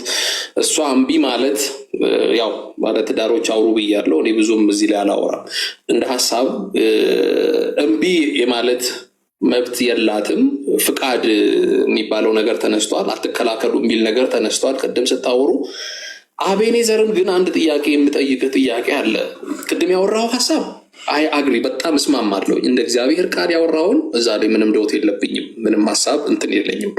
ግን ጀስት ከሰማሁት ነገር ተነስቼ የምጠይቅህ ጥያቄዎችን ከሰማሁት ነገር ምክንያቱም ያልኖርኩበትን ነገር እንደኖርኩበት ሆኜ ላወራ ስለማልችል ማለት ነው። ከሰማሁት ግን ሐሳቦች ተነስቼ ሳወራ አንዳንድ ጉዳዮች ስፔሻሊ የትዳር ጉዳዮች ጀስት በቃ በመጽሐፍ ቅዱስ ብቻ አዎ ነው ልክ ነው እንደዚህ ነው ምናምን ተብሎ ብቻ የሚታለፍ ጉዳዮች ደግሞ አይደሉም። ከሰማሁት ነው ብለህ ለምሳሌ በንግግር ታወራዋለህ፣ እንደ እግዚአብሔር ቃል ትናገረዋለህ ምናምን ገብተውበት የሚኖሩ ሰዎች ግን እንደዛ አይነት ነገር አይደለም ሲያወሩ የሰማሁት። አንዳንዶች ቅድም ስለ ሴክሹዋል ነገር ስናወራ የእሷ ገላ የእሷ አይደለም የእሱ ነው፣ የእሱም ገላ ደግሞ የእሷ ነው የሚል ሀሳብ ተነሳ። ልክ ነው። ሴክስ ትልቅ ኢትስ ቢግ ዲል የሚል ነገር ተነሳ። ኦኬ ኢትስ ኦኬ። ግን ደግሞ ሴክሹዋል አለመጣጣም የሚባል ጉዳይ ሲነሳ ደግሞ ሰማለሁ። ብዙዎች ሲፋቱ ሰማለሁ። በዚህ ጉዳይ አከሌ እንደዚህ ሄዳው መረጃ ሲመጣልኝ እኔ ጋር በእንደዚህ አይነት ጉዳይ በጣም ብዙ ያው የትዳር ኬዝን ስለማላነሳ ማላውቀው ጉዳይን ስለማልፈተፍት እነሱን ጉዳዮች እንዴት ነው በእግዚአብሔር ቃል ብቻ ነው የሚታለፉት? በእግዚአብሔር ቃል ብቻ ነው ይሄ ነገር የሚታለፈው። ስፔሻሊ ሴክሹዋል ይሄ አለመጣጣም ትርጉሙ በራሱ ይሄንን ጉዳይ በእግዚአብሔር ቃል በቃ እንደዚህ ተብሏል፣ አትከላከሉ ተብሏል ምናምን እሱ የራሱን ስሜት ብቻ ማስጠበቅ፣ እሷ የራሷን ስሜት ብቻ ማስጠበቅ፣ ይሄ ጉዳይ እስካለ መፍትሄው ምንድን ነው የሚለውን ነገር እስቲ እሷ ላይ ብቻ ፎከስ አድርግልኝ። አቤኔዘር ተባረክ። እሺ ተባረክ። አሁንም ደግሜ የምነግርህ የእግዚአብሔር ቃል ለኑሯችን፣ ለእድገታችን፣ ለትዳራችን ብንሰማው መልስ አለው፣ በቂ ነው። ያልተጻፈ አይደለም የተጠየቀው። ለምሳሌ ቅድም ደጋግመህ ያነሳኸው ነገር አለ፣ ሌሎችም ያነሱት ሴትዮዋ የከለከለችበት ምክንያት አልተገለጸም እንጂ ሰውየው የንጽህና ችግር ሊኖርበት ይችላል። አንድ ሴትዮዋ ላይንከባከባት ይችላል። በቃ ልክ እኛ ሀገር አራራ እንደሚባለው በቃ ነገርየው እሱ ሲፈልግ ብቻ ሚስት ነች እና በገዛ ገላዋ ስልጣን የላትም በማለት ያልጠበቃትን ያልተንከባከባትን ስሜት የሌላትን ደስተኛ ያልሆነችን ሴት ግንድ እንደመጫን ነው። እውነቱን ስንነጋገር ወዴት እንመጣለን? አሁንም ወደ እግዚአብሔር ቃል። የእግዚአብሔር ቃል ምን ይላል መሰለ? ክርስቶስ ቤተ ክርስቲያንን እንደወደዳት። እንዴት ነው የወደዳት? የፊት መጨማደድ እንዳይኖር በደሙ እንደቀደሳት። ሁለተኛ ቆሮንቶስ 6 እናንተን ለአንዲት ንጽሕት ቅድስት ድንግል ለአንድ ወንድ እንደተዘጋጀች ልክ እንደተባለ ሁልጊዜ እየተንከባከበ ሁል ጊዜ ለዛ ነገር ከሱ ጋር ለመሆን ከሱ ጋር ለመተኛት እንድትናፍቅ ካላደረጋት ይሄ ሰው ጌታን አያውቅም ወደሚል እንመጣለን። ምክንያቱም የምናወራው እኛ አንደኛ ክርስቲያኖች ነን፣ ሁለት የሚናገር እንደ እግዚአብሔር ቃል ይናገር ይላል። የእግዚአብሔር ቃል የሚሰራ ነው፣ ስለት ያለው ነው፣ በሁለቱም በኩል ነው የሚሰራው። መፍትሄ ያለው ነው። መፍትሄ የሌለው በእግዚአብሔር ቃል ውስጥ ምንም የለም። የእግዚአብሔር ቃል መፍትሄ ሳይሰጠው እኛ በሳይኮሎጂ እኛ መፍትሄ የምንሰጠው ምንም አይነት ጉዳይ የለም። እነኛ ሁሉ ጥሩ ናቸው እንደ እግዚአብሔር ቃል በእግዚአብሔር ቃል አፕሩፍ እስከተደረጉ ድረስ። ነገር ግን ስናወራ ቃሉም ሲያወራ አስረግጦ የሚናገረው ነገር አለ። ባል ሚስቱን ይውደዳት። እንዴት አድርጎ? ክርስቶስ ቤተ ክርስቲያንን እንደወደዳት። ክርስቶስ ቤተ ክርስቲያን እንዴት ወደዳት? ሞተላት። ስለዚህ ባል ይሙትላት እስከ ማለት ነው። እስከ ሞት በሆነ ፍቅር ይውደዳት። እስከ ሞት የሆነ ፍቅር የሚወዳት ሚስት ሴክስ አይደለም ምንም ልትከለክለው አትችልም። አይደለም መከልከል አታስበውም። ይወዳታል። ስለዚህ ምን ታደርጋለህ? ታከብረዋለች። አየህ፣ እናንተ ብዙ ጊዜ ግን ችግር የሚፈጠረው ለምን መሰለ? አሁንም ወደ እግዚአብሔር ቃል ስንሄድ ሴቶች የወንዶችን ጥቅስ ማንበብ አይፈቀድም። ዛት ሚንስ ዋት? እናንተ ባሎች ሚስቶቻችሁ ውደዱ ተብሏል፣ አንተ ግን ማለት አትችልም። እሱ ደግሞ የሴቷን መጥቀስ አይችልም። ሴት ለባሏ ትገዛ አንቺ ማለት አይችልም።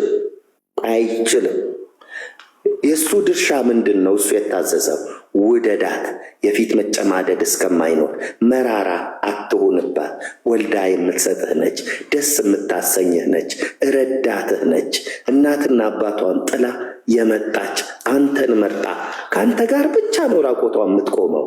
ስለዚህ እንክብካቤ የምትፈልግ ናት ነው ያለው መጽሐፍ ቅዱስ።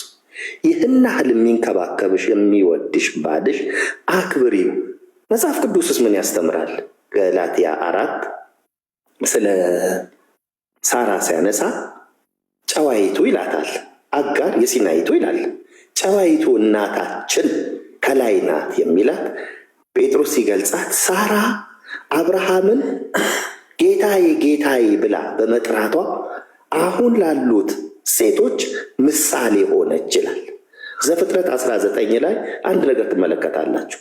ሶስቱ ሰዎች በመጀመሪያ አብርሃም ቤት ሲመጡ አብርሃም ወይፈን አርዶ መስዋዕት አቀረበ፣ ዱቄት ሰፍሮ ሰጣት ለሳራ ይላል። ቀጥሎ ሎጥ ቤት ሲሄድ ሎጥ ቂጣ ጋገረ የሚል ቃል ታገኛላችሁ።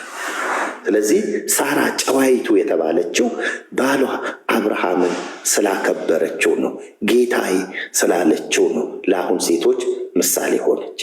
ስለዚህ መጽሐፍ ቅዱስ ለሁሉ ነገር መፍትሄ ነው ወይ ያልከኝ፣ አዎን 100% መፍትሄ ነው። አዎን 100%። እሺ በትዳር አለመጣጣም ቢኖር፣ በወሲብ አለመጣጣም ቢኖር ተነጋግረው ሁለቱ አንብበው ተምረው እሱ የቤት ራስ ነውና በትዳሩ ውስጥ እሱ ድክመት ካለበት ከሚስቱ ጋር ተነጋግሮ ከባለሙያ ጋር ተነጋግሮ በጸሎት አሻሽለው ትዳራቸውን መምራት ይችላሉ። ምክንያቱም እግዚአብሔር አብሯቸው ስላለ። በዚህ ትዳር ውስጥ 100% አሁን ባወራ ነው ኤፌሶን 5 ቆላስያስ 3 ላይ አንደኛ ጴጥሮስ ምዕራፍ 3 አንደኛ ቆሮንቶስ ምዕራፍ 7 በተገለጹት መሰረት የእግዚአብሔር ቃል ስናከብር 100% ጌታ ኃላፊነቱን ይወስዳል። ላለመጣጣሙም ስሜት የሰጠን እሱ ነው። ኃላፊነቱ ይወስዳል። ጌታ ያዘጋጃል። የሚሳነው ምንም የለም። ነገር ግን ችግሮቹ ሁሉ የሚፈጠሩት ለምንድን ነው? ጉባኤውም እንዳየኸው ከሆነ ሴትዮዋ እንደ እግዚአብሔር ቃል አይደለም የምትናገረው። ቅድም አንተም ገልጸኸዋል። ሴትዮዋ ላይ መፍረዷ ትክክል አይደለም፣ በምንም መልኩ ትክክል አይደለም። ሁለተኛ በአደባባይ የትዳር ሚስጥር ይቺ ሴት መልኳ እየታየ የሰፈሮቿ ሰዎች ሊኖሩ ይችላሉ። ትክክል አይደለም፣ በሕግም ትክክል አይደለም። ሲቀጥል አስናቀች ባጫ የእግዚአብሔር ሰው ነች ብዬ አላምንም። እኔ ከጌታ ነው ጌታ ይሄ አልልም። ለሁላችሁ ግን አንድ መግለጽ የምፈልገው ምናልባት አልተረዳችኋት መሰለኝ። ጾም ጸሎት የተባለው ይሄ እህል ውሃ መጾም አይደለም። ባሏ ወሲብን በመከልከል ጾመኛ ያደረገችው። ጾም ፍቺ ማለት ወሲብ ስጪው እያለቻት ነው በአደባባይ። እንደ ኢትዮጵያ ባህል ትክክል አይደለም። ለነገሩ ያው በሐሰተኛ ነቢያት የሚመሩ ፒኤልሲዎች አይጠየቅምም፣ ለምንም አይባልም። ህዝቡ የእግዚአብሔር ቃል ቢያውቅ ኖሮ በእውነት ምንም ድምፅ አንሰማም ነበረ።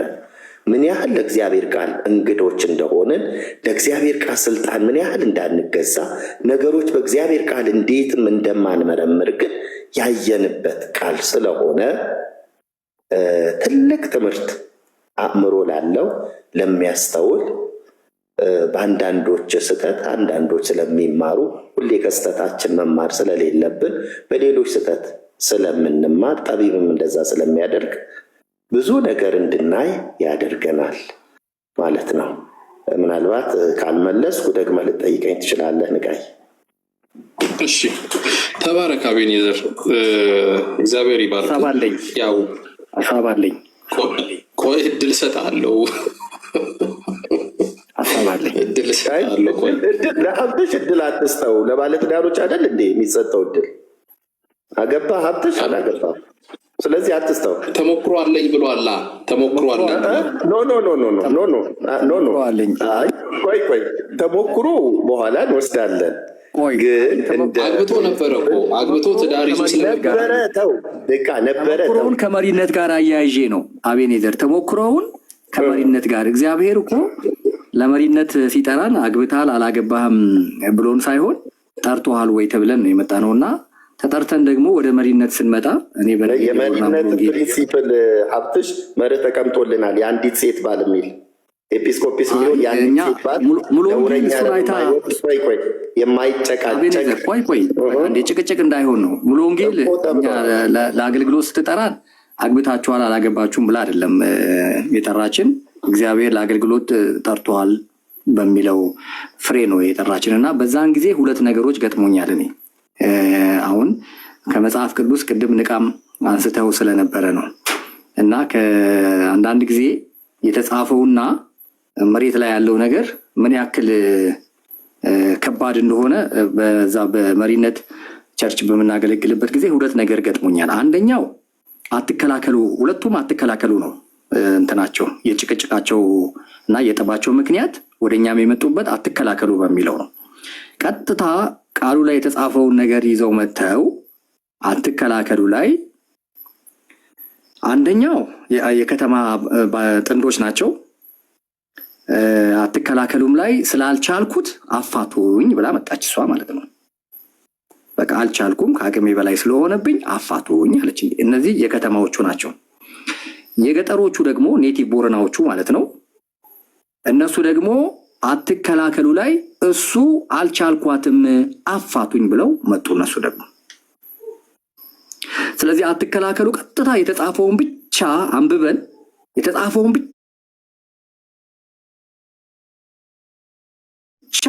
ይላቃሉ በሚል ህይወት የትዳር ግጭቶች አለመግባባቶች እንደማይፈቱ መጣ።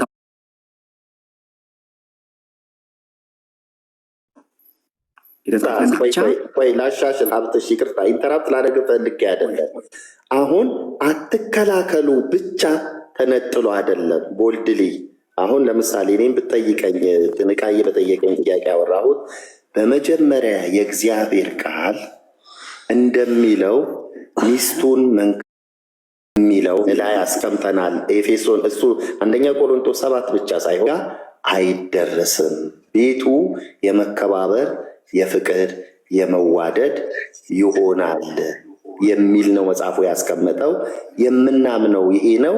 መሬት ላይ ማውረድ ያለብን ይሄ ነው። እውነቱ ይሄ ስለሆነ ነው። ቀጥል። እኔ ምንድነው ማነሳው ይሄ አሁን ላይ ምናልባት ከረጅም ዓመት በኋላ 10 15 20 ዓመትም ከቆየ በኋላ አንድ ሰው ማቹር ስለሚያደርግ በመንፈሳዊ ነገር ስለሚበስል ስለሚያድግ የሚያመጣቸው መረዳቶች ናቸው። ማንም ያውቃል። ያው ጋብቻና ያው ጫማ የዋለ ያደረ ሲሄድ ነው የሚመቸው የሚለው ነገር ያው ብዙዎቻችሁ ታውቃላችሁና በአንድ ጊዜ ማቹር አያረግም። ማቹር ቢያደርግ ኖሮ 2-3 ልጅ ወልደው እኮ ዛሬ ወደ ፍቺ ወደ ዲቮርስ አይመጣም። ኢትዮጵያ ውስጥ በተለይ አዲስ አበባ ወሳኞች ኩነት አዲስ አበባ ውስጥ የምትኖሩ ሰዎች በደንብ መረጃ መውሰድ ትችላላችሁ። በጣም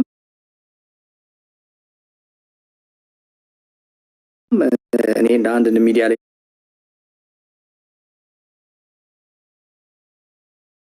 ነገር ላሳስብህ ለምሳሌ እና ሀሳብህ እንዳይጠፋብህ ቆይ ላዳብር ቆይ እየገባህብኝ እኮ ነው። ኢንተራፕት አታድርገው፣ ሀሳቡን እያረከኝ እኮ ነው። አቤኔዘር በጣም ረጅም ሰዓት ነው የተጠቀምከውና አሁን እኛን ስማን ደግሞ በዚህ ጉዳይ ላይ እና አዎ ከእግዚአብሔር ቃል ተጠቅሶ ደግሞ ልምድም ያላቸው ሰዎች ከኛ መካከል የተሻሉ የሆኑ ሰዎች መክረዋል። እኛ የእግዚአብሔርን ቃል ጠቅሰን እንዲላል ልንል እንችላለን። ግን እኔ በዛን ወቅት ላይ እንደውም ብዙም ማቹርም ስላላደረግኩኝ መስማትን ነበር የመረጥኩት። ደግሞ አስደንጋጭም ነበር ለእኔ እንደዛ አይነት ኬዝ የመጀመሪያም ስለነበረ ከባድ ነበር ለእኔ እና ምንድነው የመጣው በሱ ጉዳይ ላይ መነጋገር እንችላለን። አትከላከሉ ይላል በቃ። ስለዚህ የጤንነት ችግር ከሌለባት የጤንነት ችግር ካላጋጠማት በስተቀረ አንቺም አትከልኪው ተባለ። የወንዶች ሁሉ የወሲብ ፊሊንጋቸው ፍላጎታቸው አንድ አይደለም፣ የሴቶቹ ሁሉ አንድ አይደለም። ይሄ እኮ ግልጽ እኮ ነው። ይሄንን መጽሐፉ ላይ ተጽፎ አይደለም የምናገኘው። ይሄንን የምናገኘው ወደዛ ህይወት ውስጥ ከተገባ በኋላ ነው ብዙ ነገር ምንሰማው፣ ብዙ ነገርም ደግሞ የሚያጋጥመው ማለት ነው። ስለዚህ በዛ ሂደት ውስጥ ነው እንዲህ አይነት ነገር የመጣው። አዎ በቃ ቃሉ ተጽፏል። እኔ ፈልጋለሁ፣ ያምረኛል፣ ሚስቴ ናት፣ መብቴ ነው። ቃሉም ደግሞ ለዚህ ዋስትና ይሰጠኛል። ስለዚህ ማድረግ ፈልጋለሁ። እሷ ደግሞ አልችልም፣ ከአቅሜ በላይ ነው፣ አልችልም። ስለዚህ ምን አድርጉኝ፣ በቃ ካልሆነ አለያዩን ብለው መጡ። እኔ አሁን እንድታውቁልኝ የሚፈልገው ነው ተለያይቷል፣ ሁለቱም ተለያይቷል። የገጠሮቹም አልቻልኳትም የሚለው ቤተክርስቲያን ስለማታለያይ እግዚአብሔርን ቃል ትሰብካለች፣ ትመክራለች፣ ትጸልያለች፣ የጤና ባለሙያዎችን ታማክራለች። እንደገና ደግሞ እንደዚህ ማቹር ያደረጉ ባለትዳሮችን ያማክራሉ። ግን ከባለቤቶቹ በላይ የጉዳዩ ባለቤት ስለሌለ ማን በእነሱ ቦታ ሆኖ ያንን ነገር መፍረድ አይችልም። ስለዚህ እንዲህም አይነት ነገር ስላለ አንዳንዴ የተጻፈ ነገር ብቻ ከጥቅስ ከኛ በላይ መናገር የሚችልም የለም። ጥቅስ ብቻ በራሱ ህይወት አይሆንም። መሬት ላይ ወርዶ ከነባራዊ ሁኔታ ጋር መናበብ አለበት፣ ኮንፊገር ማድረግ አለበት። ይሄ ላለፉት በርካታ አመታቶች ውስጥ ያየነው አገልግሎት ነው። ብዙ ቦታ እኔ ቸርች መርቻለሁ። በጣም ብዙ ኢትዮጵያ ውስጥ ብዙ ቸርቾች ላይ መክሬያለሁ፣ አስተምሬያለሁ፣ መርቻለሁ። አንዳንድ ነገር እንደምንናገረው አይደለም፣ እንደምናወራው አይደለም። ከኛ ተሞክሮና ልምድ ተነስተን ሁኑ፣ በዚህ መንገድ ሂዱ፣ ይሄን አድርጉ እንደምንለው አይደለም። በሁለቱ ተጋቢዎች ወይም ጥንዶች ብቻ የሚወሰኑ ነገሮች አሉ። ያ ነገር ነው የመጣው። በኋላ ላይ መፍትሄ ማግኘት አልቻልንም። ሁለቱም በራሳቸው ጊዜ ሄደው ኢቭን የሚገርማችሁ ነገር ልጆች እንኳን አልወለዱም። ሁለቱም የሚገርማችሁ ነገር ልጅ እስከ መውለድ እንኳን ድረስ መቆየት አልቻሉም። የነበረው ችግርና ነቃ እንዲህም አይነት ነገር ስላለ ምስማማው ነገር አለ። በአስናቀች ባንጫ እንትና አቤኔዘር ያለው ነገር አለ። ጎረቤቶቿ አሉ፣ ዘመዶቿ አሉ። አንዳንድ ነገር የተከለከሉ ታቡ የሆኑ ነገሮች አሉ። ቅድም እንደተባለው ለትምህርት የሚሆነውን ነገር ብቻ እዛ ተናግራ ከዛ በኋላ ቢሮ መተሽ አግኝኝ፣ ይሄ ትዳር እንዲተርፍ፣ ይሄ ትዳር እንዲቀጥል፣ ይሄ ትዳር እንዲጸና ስለሚያስፈልግ እኔም አብርሽ ዋጋ ልከፍል፣ አብርሽ በዚህ ጉዳይ ላይ ላግዝሽ ስለምፈልግ መተሽ አግኝኝ ቢሮ ፕሊስ ተብሎ እኮ አንዳንድ ጊዜ እስከ መለመን ድረስ ይደርሳል። ያንን ነገር ለመታደግ ሲባል እና ይሄንን ነገር ፐብሊክ ማድረጓ ይኸው ዛሬ ተቀርጾ እኛ ጋር እስኪደርስ ድረስ መሳለቂያ እስኪኮን ድረስ እንዴ የኛ ህዝብ እኮ እናውቀዋለን። የኛ ህዝብ ከባድ ነው፣ በጣም ከባድ ነው። እና እነዚህ ነገሮች መደረግ አልነበረበትም። ኬዙን ብቻ ካነሳች በኋላ ወደ ህዝቡ ማምጣት ችላለች። እንዲህ አይነት ኬዝ ያለባችሁ ሰዎች፣ እንዲህ አይነት ችግር ውስጥ ያላችሁ፣ አደጋ ውስጥ የገባችሁ ሰዎች ፕሊስ እግዚአብሔር ሲናገረን ለእሷ ብቻ ሳይሆን የሌሎቻችሁንም ትዳር ለማዳን ስለሆነ መታችሁ አግኙኝ፣ አናግሩኝ ብሎ ለሌሎችም ወደ እሷ መጥተው ምክር እንዲቀበሉ የማድረግ ነገር ነበር። ያንን የማድረግ ነገር ትችል ነበረ። እሷ ግን ያው መንፈሳዊ ነገር ሁላችንም እንደምናውቀው ለመሳቂያ እና ለመሳለቂያ የዳረገችን ሴት ስለሆነች ከዚህ ያለፈ ነገር ከሷ አንጠብቅም በሚለው እኔም ከአቤኔዘር ጋር እስማማለሁ። ግን የተጻፈው ብቻ ቃሉ ብቻ መሬት ላይ ያለውን እውነታ ያንጸባርቃል፣ እንደገና ደግሞ ፕሮብሌሞችን ሶልቭ ያደርጋል ብለን ካሰብን እሱ ትክክል አይሆንም የሚለውን ነገር ለማንሳት ነው። ንቃ እሺ፣ እኔ አሁን አንድ ጥያቄ ለአንተ ጠይቄ ለአቤኔዘር እድል ልስጠው። ምንድን ነው መሰለ፣ እኔ ፖይንቴን ግን እስካሁን የሆነ በቃ የሆነ ልቤ ውስጥ ያለውን ፖይንቴን ግን ያገኘልኝ ሰው የለም እዚህ ውስጥ ማለት ነው። ምንድን ነው መሰላችሁ፣ ልጅቷ ኃጢአተኛ ናት ወይ? እሺ አሁን ተውት። አሁን አስናቀችን በአንጫንም ተዋት፣ እዛ ጋ የሚነሳውንም ሀሳብ ተዉትና ሴትይቷ እንደዛ በማድረጓ ኃጢአተኛ ናት ወይ? አዎ ወይ አይደለም? ከሆነ በዚህ ሪዝን፣ ካልሆነ የሰውየው ነው ወይ ደግሞ እሷ ናት የሚለውን ሀሳብ ላይ እንዴት ነው የምታዩት ነው። እኔ ገብቶኛል እኮ አቤኔዘር ያወራኸውን ገብቶኛል፣ ሀብትሽ ያወራውም ገብቶኛል። ሀብትሽ አሁን በምን መንፈስ ነው ያወራው የምትለውን ኢቭን ማለት ነው አሁን እዚህ ሚዲያ ላይ እንኳን አንዳንድ ነገሮች አናወራም አይደለ? በቃ ትዳርን መፋታትን እግዚአብሔር ይጠላል አምናለሁ፣ አውቃለሁ። እንዳትኖሩ የሚያደርግ ደግሞ ኬዞች አሉ። አሁን እኔን ጋር እንኳን መጥቶ እንደዚህ አይነት ነገር ሲመጣ ወደ ቤተክርስቲያን ወይ ወደ ትልልቅ ሰዎች ምናምን የምመራቸው ጉዳዮች አሉ። እንዴትም አብራችሁ ለመኖር እንደማትችሉ የሆነ ኬዞች ይመጣሉ። የዛሬ ዓመት ወይ 2 ዓመት አካባቢ ሀብትሽ የሆነ ኬዝ ካስታወስክ፣ አሁን እዚህ ሚዲያ ላይ እንድናወራው ስለማልፈልግ ነው። በቃ በፍጹም የማይሆን ነገር አለ፣ በፍጹም ማለት ነው። የእግዚአብሔርን ቃል ያውቃሉ፣ ከማናችንም በላይ ሊያስተምሩ ምናምን ይችላሉ። ጉዳዩ ግን የማይሆን ጉዳይ ነው። ለመናገር እኔ መስማት ብቻ ነበረ፣ ሰማው። በቃ አንግል ተነስቼ እጠይቅሃለሁ፣ እሱን ደግሞ በእግዚአብሔር ቃል ያው ሶሉሽን ተሰጠኛለ ማለት ነው። ግን እድል ልስጣቸው፣ ቀድሞ ለገቡ ሰዎች እድል እየሰጠዋቸው ልሂድ። ናፊ ለአንቺ ልስጥሽ፣ ከዛ ስሪሽ አለ፣ ከዛ ሳሪ አለች። ናፊ ለአንቺ ልስጥሽ። እሺ፣ ሰላም ናቸው? እግዚአብሔር ይመስገን። ግማሽ ሀሳብ ላይ ነው የገባሁት። ቪዲዮን በደንብ አይቼዋለሁ። በዚህ አጋጣሚ ጤና ባለሙያ ነኝና እኔ ማለት አሁን ከሁሉም ነገር መጀመሪያ የገባኝ ነገር ምን እንደሆነ ታውቃላችሁ? አሁን ንቃ ራሱ ይሄንን ቪዲዮ አስቀምጦ ይሄን ቶፒክ ባያነሳው ኖሮ ብዙ ሰው እንደ ምን ሆኖ ነው ስለ ክርስቶስ አይሰብኩም እንደ የሚያወሩት ነገር አተሆነ ምናምን ተብሎ በሌላ አይነት ወይ ነው የሚታየው። ይሄ ቪዲዮ ተቀምጦ እዚህ ጋር እንደ ቶፒኩ ባይነሳ ኖርማል ቶፒክ ሆኖ ቢቀርብ ኖሮ ማለት ነውና ለሌ የፈለኩት ምንድነው መጀመሪያ ይሄ ነገር መነሳቱ በጣም አሪፍ ነገር ነው። ምክንያቱም ክርስቲያን የራሱ አጥር አለው። በቃ ይሄ እንደዚህ ከሆነ ኃጢአት ነው፣ ይሄ ጌታ የሚፈልገው ነገር አይደለም፣ ጌታ የማይፈልገው ነገር አይደለም ብሎ ላይፉን የሆነ ያጠረው አጥር አለ። ይሄ ደግሞ ላይፍ ነው ማለት ሰው የሚኖርበት የሚያልፍበት መንገድ ስለሆነ ማለት ሳይንስ ያልተማረ የለም። ከ6ኛ ክፍል ነው የሚጀምረው ይሄ ነገር ለማወቅ ከዛ ጋር የሆነ ሂንት አለ። ከዛ የጤና ባለሙያ ሲሆን ምናልባት ቢሰፋና ቢበዛ ነውና ከዛ የተሻለ ነገር ብናቅ ነው የሚሆነው የተለየ ነገር ማለት ነውና ሰው ይሄን ነገር መገንዘቡ ማወቁ አሁን ለምሳሌ እኛ ስናወራ ብዙ ሰው አዳምጦ ለካ ይሄም አለ እንደ የሚል ሊኖር ይችላል። እና ይሄ ቶፒክ አብዛኛ ጊዜ ለግል ተደርጎ የሚታሰብ ነውና እንደ ትልቅ ችግር የማየው ባልና ሚስት መነጋገር ካልቻለ አሁን እቺ የቀረበችዋ ሴት ኃጢአተኛ ነች ነው ሰውየው ነው ኃጢአተኛ ብለን ለማለት እኛ መሀላቸው ያለው ችግር ምንድነው ብለን መወሰን ይገባናል ማለት ነው። ይሄ ደግሞ የሚሆነው ምንድነው ሁለቱ መሀል ያለው ሪሌሽን ላይ ግልጽ አሁን ለምሳሌ እቺ ሴት ሳይንሱም የሚለው ምንድነው አንድ ሴት ስሜታዊ ካልሆነች የማህፀን በሯ ስለማይከፈት እሱ ግንኙነት በሚያደርግ ጊዜ እሷ ማህፀን በር ካልተከፈተ ማህፀኗ ኦልሬዲ ወደ መቁሰል ነው የሚሄደው። ይሄ ማለት ምንድነው ፔን ነው፣ ህመም ነው ማለት ነው። ያን ህመም ደግሞ ሴቷ ደግማ ላታደርገው ትችላለች። ግን ደግሞ ሁለቱ ባልና ሚስት በሚገናኙበት ጊዜ ይሄ ነገር አልተመቸኝም ባሌ፣ ይሄ ነገር በዚህ ቢቀየርልኝ፣ ይሄ እኮ እንደዚህ የሚሆን ተብሎ ንግግር ቢመጣ ሁለተኛ ስተት አይደገምም።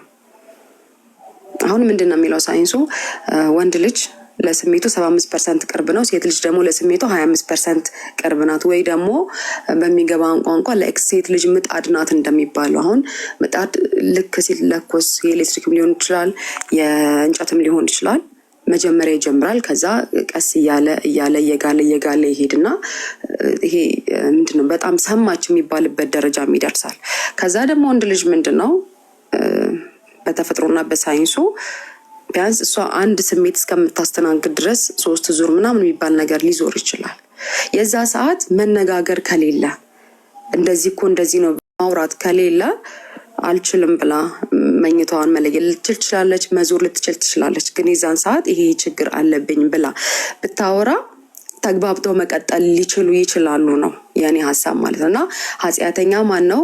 በእሷ መፍረድ አንችልም፣ በሱ መፍረድ አንችልም። አንድ ሰው ሚስት ብሎ እስካገባ ድረስ ባል ይጠብቃል ከሚስት ይሄ ሪያሊቲ ነው። ሚስትም ደግሞ ባል ብላ አቅፋው እስከተኛች ድረስ መደሰት ደግሞ የእሷ እንትን ነው ፋንታ ነው ማለት ነው። እና ትልቅ መታየት ያለበት ነገር ምንድን ነው?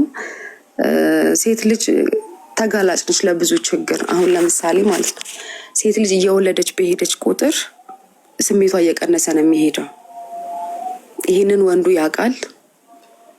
ነገ ላለመከልከል ደስተኛ የሆነ የመኝታ ላይፍ ለማሳለፍ ይህን ወንዱ ያውቃል። አንድ ሰው ይሄን ሊያውቅ የሚችለው በምን አይነት መንገድ ነው? ይህንን መጽሐፍ ቅዱስ አያስተምርም። ከዛ ደግሞ ሴት ልጅ ሎድ በበዛባትና ስራ በሰራች ቁጥር ፊሊንጓ እንደሚጠፋም ትምህርት ያስተምረናል ሳይንስ ማለት ነው። አንድ ሰው ጤነኛ አይምሮ ካለውና ሎድ ከሌለበት ላይፉ የተረጋጋ ከሆነ ነው እንደዚህ አይነት ነገር የሚያስበው። አሁን በጣም ጭንቅ ላይ ያለ ሰውና የሆነ ነገር ላይ ያለ ሰው 3 ዓመት ሴክስ አድርግቼ አላውቅም ወይ ደግሞ አስቤ አላውቅም ቢል ሰው ሊስቅ ይችላል። ትበላለህ፣ ትጠጣለህ። መብላትና መጠጣት እንትን አይደለም እንዲያስብ የሚያደርጋለን። ፊሊንግን አያመጣም። ኦልሬዲ ፊሊንግ ማለት ሆርሞን ነው። ያ ሆርሞን ደግሞ ኦፕን መሆን አለበት፣ ፍሪ መሆን አለበት።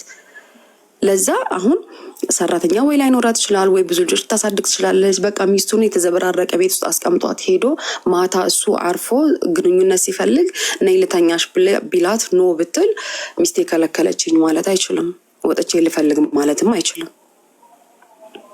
ልክም ደግሞ እንደዛ ሴቷ ደግሞ ፍሪ የሆነች ከሆነች ላይፏ የተስተካከለ ከሆነ ባሏ ከውጭ ደክሞት ሲመጣ ናንተኛ ብላ ኖ ካላት ባሌ ከለከለኝ ማለት አይቻልም።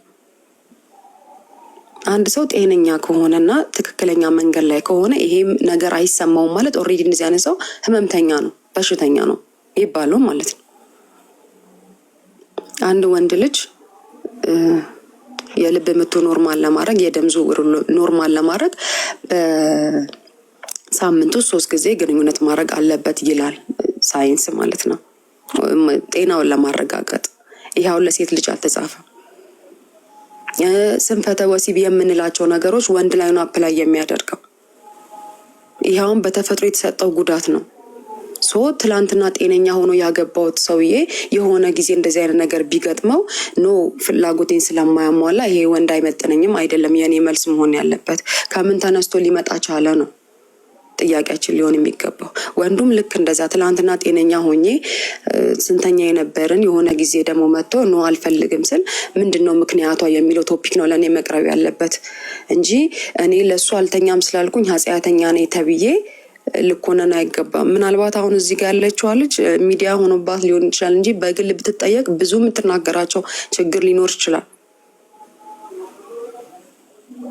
እሱ ፍላጎቱን ብቻ ጨርሶ የሚነሳ ከሆነ እሷ የማትደሰት ከሆነ ቅድም እንዳልኩኝ የማህፀን በር ይቆስላል። ዛሬ ቁስል ነው፣ ነገ ሲደገም ፔን ነው እያለ ይቀጥላል። ጭራሽ ኖርማል ላይፏ ላይም ህመም ነው የሚሆንባት። ልክ እምቢ የሚለውም ወንድ ደግሞ ቢጠየቅ የሚናገረው ምክንያት በእርግጠኝነት አለ። አሁን የምክንያታቸውን ሳይድ ሳናይ እሷ ነች ኃጢአተኛ እሱ ነች ኃጢአተኛ ብዬ ለመደምደም እኔ ይከብደኛል። ሁለቱም ቢጠየቁ የራሳቸው የሆነ ችግር አላቸው። እና ደግሞ በጣም እኔ አሁን የሀረር ልጅ ነኝ። እኛ አካባቢ በጣም እስልምና ይበዛል ምናምን ነገር እና እዚህ ያለውን ነገር ብናወራው አያስኬድም። ምናልባት ወደ ላይ ያላችሁ ሰዎች ልትሆኑ ይችላላችሁ፣ የሚያስማማ ሀሳብ አይሆንም። ግን ጄኔራሊ ብለን ስናየው ጴንጤ የሆነ የራሱ የሚፈራው አጥር አለው። ኖ ይሄ ጌታ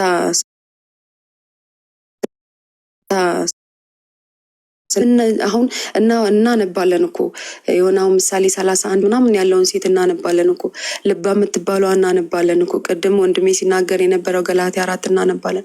ንባብ ብቻ አይደለም መሆን ያለበት እኮ መኖር አለብን ያንን ህይወት። የሆነ ነገር ቃል ስናነብ እግዚአብሔር እዚህ ጋር ምን ማለት ፈልጎ ነው ብለን በራሳችን ምክንያቱም ማንም አሁን በማወራው ወሬ እንኳን ቁጭ ብላችሁ የምታዳምጡኝ ሰዎች ሁላችሁም በቤታችሁ ዙሪያ ነው የምትሽከረከሩት። መሆን ያለበትም እንደዛ ነው። እኔ ሳወራው አሁን የሆነ እኔ ጋር ላይፍ በጣም ተስተካክሎ ምናምን አይደለም። አንዳንዴ ሰው ከጎደለበት ነገር ነው የሚያወራው፣ አንዳንዴ ደግሞ ሰው ፐርፌክት ከሆነበት ነገር ነው የሚያወራው እና ሲወራ ይሄ ነገር እንዴት ነው እኔ ጋር የሚለውን ሰው ቼክ ማድረግ አለበት ፐርሰናሊ ማለት ነው። እና ጴንጤ የሆነ በቃ አለ እኔ እንደዛ ነው የምረዳው ማለት ነው። እና እንደዚህ አይነት ቪዲዮ እንኳን ለማየት ፈቃደኛ አይደሉም። አሁን ላይ ሚዲያ የተስፋፋ ነው፣ ስለ ትዳር የሚያስተምር አለ ምናምን ነገር እና አንድ ሰው ስለሆነ ሀሳብ ሲያነሳ እራሱን ተነስቶ ነው። እኔ አሁን የማወራው ሀሳብ ከኔ የዘለለ ነገር አላወራም። ምክንያቱም አንድ ሰው ካለበት ነገር ነው የሚያወራው፣ ከሚኖርበት ላይፍ ነው የሚያወራው። እኔ አሁን ስለ ንቃ ላይፍ ላወራ አልችልም፣ ምክንያቱም አላውቀውም። አሁን ካወራሁት የኔ ሀሳብ የማያስማማችሁ ሰዎች ትኖራላችሁ፣ ምክንያቱም ላትኖሩ ትችላላችሁ። ያወራሁትን ሀሳብ እኔ ያየሁትን እይታ እናንተ ላታዩት ትችላላችሁ። እና ሰው አትሊስት ወይ ከሰው ነው የሚማረው ወይ አንብቦ ነው የሚማረው። መጽሐፍ ቅዱስ የሆነ ነገር ሲያስቀምጥልን ልባም ሴት ልባም ሴት የትኛዋ ናት? ልባም ሴት ምን ልትይዝ ትችላለች? ልባም ሴት ምን ነው ማሸነፍ የምትችለው? ሌላውን ሰርች አርግተን ማሰብ እንደባለ አይምሮ ብለን ምን መርጠን መውሰድ ነው በቃ የሚጠቅመን። እንደ ክርስቲያን መምረጥ ነው ያለብን እንጂ እንደ ክርስቲያን ተብሎ ተዘግቶ የሚቀመጥ ላይፍ የለንም። እኛ እዛ ጋር የምንዘጋው ላይፍ እዚህ ጋር በስጋ የምናልፈው ወይ አለ እዛ ጋር ሊጠቅመን ነው ማለት ነው። ለዛ እኔ የማስበው በዚህ ወይ ነው እና እሷ ነች ኃጢአተኛ እሱ ነው ኃጢአተኛ የሚለው መደምደም እኔ አልችልም ፐርሰናሊ ማለት ነው። ናፊ ተባረኪ፣ እግዚአብሔር አምላክ ይባርክሽ። ያው የጤና ባለሙያም ስለሆንሽ በኋላ ላይ ለአቤኔዘር ጥያቄ ሳነሳ በዛውም ሀሳብ ዲስከስ እንድናደርግ እንዳትወርጂ ብዬ አስባለሁ እና እግዚአብሔር ይባርክሽ። ትልቅ ሀሳብ ነው ያነሳሽው። እሺ እድል እየሰጠኋቸው ላላወሩ ሰዎች ልሂድና ደግሞ እኔ ወደ እኔ ጥያቄ ሄዳለሁ። በስሪሽ ለአንተ እድል ልስጥህ። ሰላም ለእናንተ ይሁን ሁላችሁም በዚህ ያላችሁ። የጌታ የኢየሱስ ክርስቶስ ጸጋና ሰላም ከእናንተ ጋር ይሁን። ጥሩ ሀሳብ ነው የተነሳው። በእርግጥ ሰፊ ነገር ለመናገር ሳይሆን እቺ ነቢይት አስናቀች ተብላ የምትጠራዋ ሴት በተናገረችው ዙሪያ ላይ ያው ባልሽን በመከልከልሽ ምክንያት ቀጥታ አንተ የፈለግከው ጥያቄ ያን ስለሆነ እሱን ብቻ ለመናገር ነው የምፈልገው። ባልሽን በመከልከልሽ ምክንያት መጽሐፉ አትከላከሉ ሲል ሳለ ባልሽን በመከልከልሽ ምክንያት ጾም ውስጥ አድርገሽው እሱ ነገ ከለከለችኝ ብሎ ሌላ ቦታ ቢሄድ ኃጢአተኛ የምትድኙ አንቺ ነሽ የሚል ነገር ነው የምትናገረው። ነገር ግን ቅድም ከአቤኔዘርም ጋር የተያያዘ ሀሳብ አለኝ የምደግፈው ቴማውን ካነሳችው ነገር ጋር ሁሉ ነገር አሁን በዚህ ባትከላከል ውስጥ በእርግጥ ሁሉ ነገር ትክክል ባልሆነ ጊዜስ ጤንነት በሚጎድልስ ጊዜስ የተለዩ ያልተጻፉ በዚህ ውስጥ ያሉ ነገሮች እንዳሉ እረዳለሁ። ምክንያቱም እኔ ባለትዳር ነኝ። 21 ዓመቴ ነው። አሁን ጥር ሲሆን 21 ዓመቴ ነው ካገባው። በ21 ዓመት ውስጥ የገጠሙኝ ብዙ ነገሮች አሉ፣ የሚገጥሙን ነገሮች አሉ። ባትከላከል ውስጥ ግን የማይቻል ነገር ጊዜ አልፎ ያውቃልና እንደው ያትከላከሉ የሚባለው ነገር እንደ ማስገደጃ ሊሆን አይገባም። ያትከላከሉ የሚባለው ነገር ልክ ክርስቶስ ቤተክርስቲያንን እንደወደዳት ከነጉድለቷ ከነድካሟ ከነእድፏ ከነጥፋቷ እንደወደዳት እንዲሁ በዚህ መካከል ባትከላከል ውስጥም እውነት ሰው የራሱን አካል የሚወዳትን የልጆቹን እናት ሚስቱን ባትከላከል ውስጥም ቢሆን እንኳን እንደዚህ አይነት ቃል እንዳለ እንኳን ቢረዳም ግን ድካምን ቀድሞ በመረዳት የሴትን ልጅንም ሀሳብ ቀድሞ በመረዳት ዓይንን አይቶ በመረዳት ተነሳሽነት እንደሌላት በመረዳት በእንዲህ አይነት ሁኔታ ውስጥ ሆኖ ዋጋን በመክፈል ክርስቶስ ልክ ለቤተክርስቲያን ዋጋ እንደከፈለ እንዲሁ ዋጋን በመክፈል የዛን ቀን ስሜትን ራስን በመግዛት ውስጥ አሳልፎ በመስጠት ፍቅርን መግለጽ ይቻላል። አቅፎ በመተኛ በማበረታታት በቃ ብዙ ነገር በማድረግ ይህንን ነገር ማለፍ ይቻላል ብዬ አምናለሁ።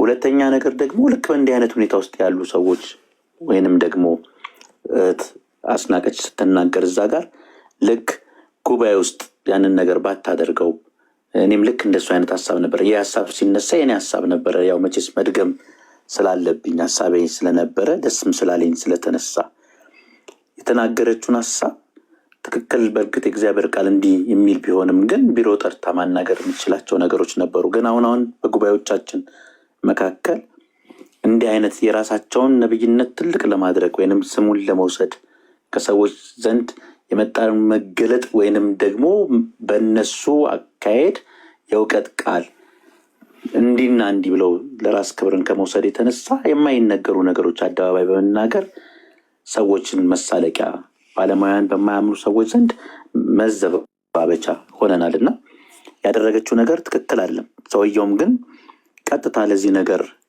ሄዶ ቢሰጥ መጠየቅ ያለበት ራሱ ነው። እሱ ሄዶ ቢሰጥ ራስን መግዛት አልቻለም። ምክንያቱም በውስጡ ያለው በውስጣችን ያለው ራስን የመግዛት መንፈስ ነው።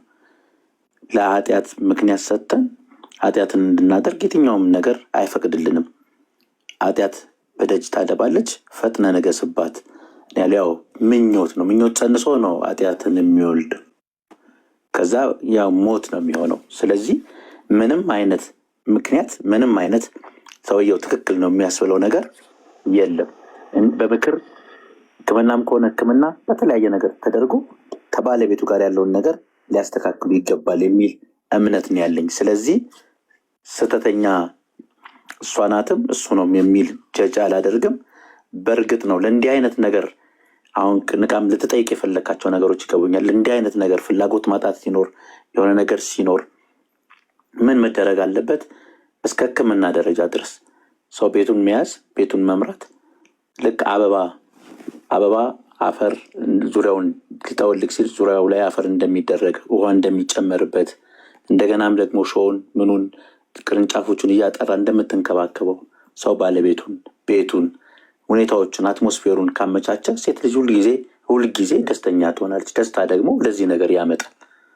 ስለዚህ እንደዚህ አይነት ነገሮችን በመፍጠር ነገሮችን ወደ መልካም ነገር ለማምጣት የሁለቱም በጎ ፍቃድ ሲኖር አብሮ በመጸለይ ክፍተትን ባለመፍጠር መንፈሱን የማይከለክል ሰው ቅጥሩ እንደፈረሰ ከተማ ነው ስለሚል ቤትን አብሮ በጋራ በእግዚአብሔር ፊት በመጸለይ በመጠበቅ በመዋደድ እኒህ አይነት ነገሮች ሁልጊዜ በፊቱ ላይ በመልካም ነገር ላይ ሰው እያሳለፈ ሲመጣ እናድርግ ተብሎ ቀጠሮ እንዲናደርግ ተብሎ ሳይባል ሳይሆን ራሱ ሂደቱ ያለው አትሞስፌር ለእንዲህ አይነት ነገር ይጋብዛል እላለሁ።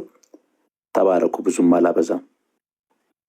እሺ ተባረክ። እስሬ ጸጋ ይብዛልህ። እታች ያላችሁ ሰዎች ይጠቅመናል ብላችሁ የምታስቡ ከሆነ ይሄ ዲያሎግ ኮፒ ሊንክ ታፕ ሼር በማድረግ ተባበሩ አብራችሁ ማለት ነው። እና እግዚአብሔር ይባርካችሁ። ብዙም አላስቸግራችሁም። በቃ ታፕ ኮፒ ሊንክ እና ሼር ብቻ እንድታደርጉ ነው የምፈልገው። ሳሪ ወደ አንቺ ልምጣ። ለአንቺ ደግሞ እድል ልስጥሽ።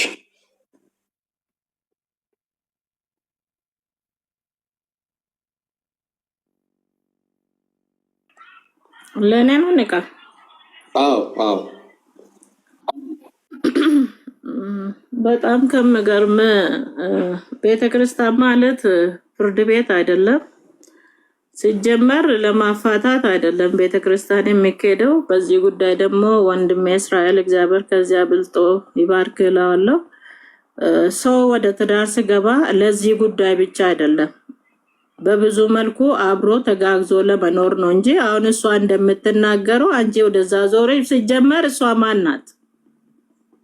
ሁልጊዜ የምታዳምጧት ከሆነ እናንተ ልታደንቋት ትችላላችሁ። ሁልጊዜ ቤተክርስቲያን የትም ቦታ ሄደ መብት አግኝተ የተጣላ የምታረቅበት ቦታ ነው እንጂ እንደዚህ አይነት ለመናገር እሷ ጋር ሄዶ ምክርም የሚያስፈልጋት ሴት አይደለችም። እኔ ነብይ አልላትም፣ አንድ ተራ ሰው ናት። የፈለጋችሁትን ስም ልትሰጧት ትችላላችሁ። ወንድሜ እስራኤል እንዳለው ሰው ሲጋባ አንተ ስትጋባ ለእንደዚህ አይነት ይሄ እግዚአብሔር የፈቀደ ቢሆንም ግን ያቺ ሰው ከብዙ ነገር ጋር ስገናኝ ልትታመም ትችላለች። እሷም እኮ ፍላጎት አላት፣ ሬሳ አይደለችም፣ ሰው ናት። ያንን ነገር ስላመማት መረዳት የማይችል ከሆነ ባይዘው በቃ እኔ እዚህ ጋር እሷ ምንም አይደለችም። እስቲ ሁልጊዜ ተከታትላችሁ ከሆነ ቪዲዮዋን ስታዩ የሚመጡትን ሰዎች አፋታ ወይ አጣልታ ወይ ሆነ ነገር። ይሄ ደግሞ ከሰው ኢንፎርሜሽን ሰምታ ነው እንጂ እሷ ምንድናት? ቤተክርስቲያን የምትሄደው እኮ አንተ የእግዚአብሔርን ቃል ልሰማ ነው እንጂ ስለ አንድ ቤተሰብ ጉዳይ ልተረክልህ አይደለም። ይሄ በብዙ ቦታ ላይ የሚገኝ ሲሆን ይሄ የእንትን ቦታ አይደለም። በቃ ሰው ይኖራል አብሮ ስትጋባ ከአንቺ ጋር እንዲካር አደረኩ የታመምሽ ጊዜ እንደተሰበረ ዕቃ አውጥቼ ጥልሻለሁ ተብሎ አይደለም።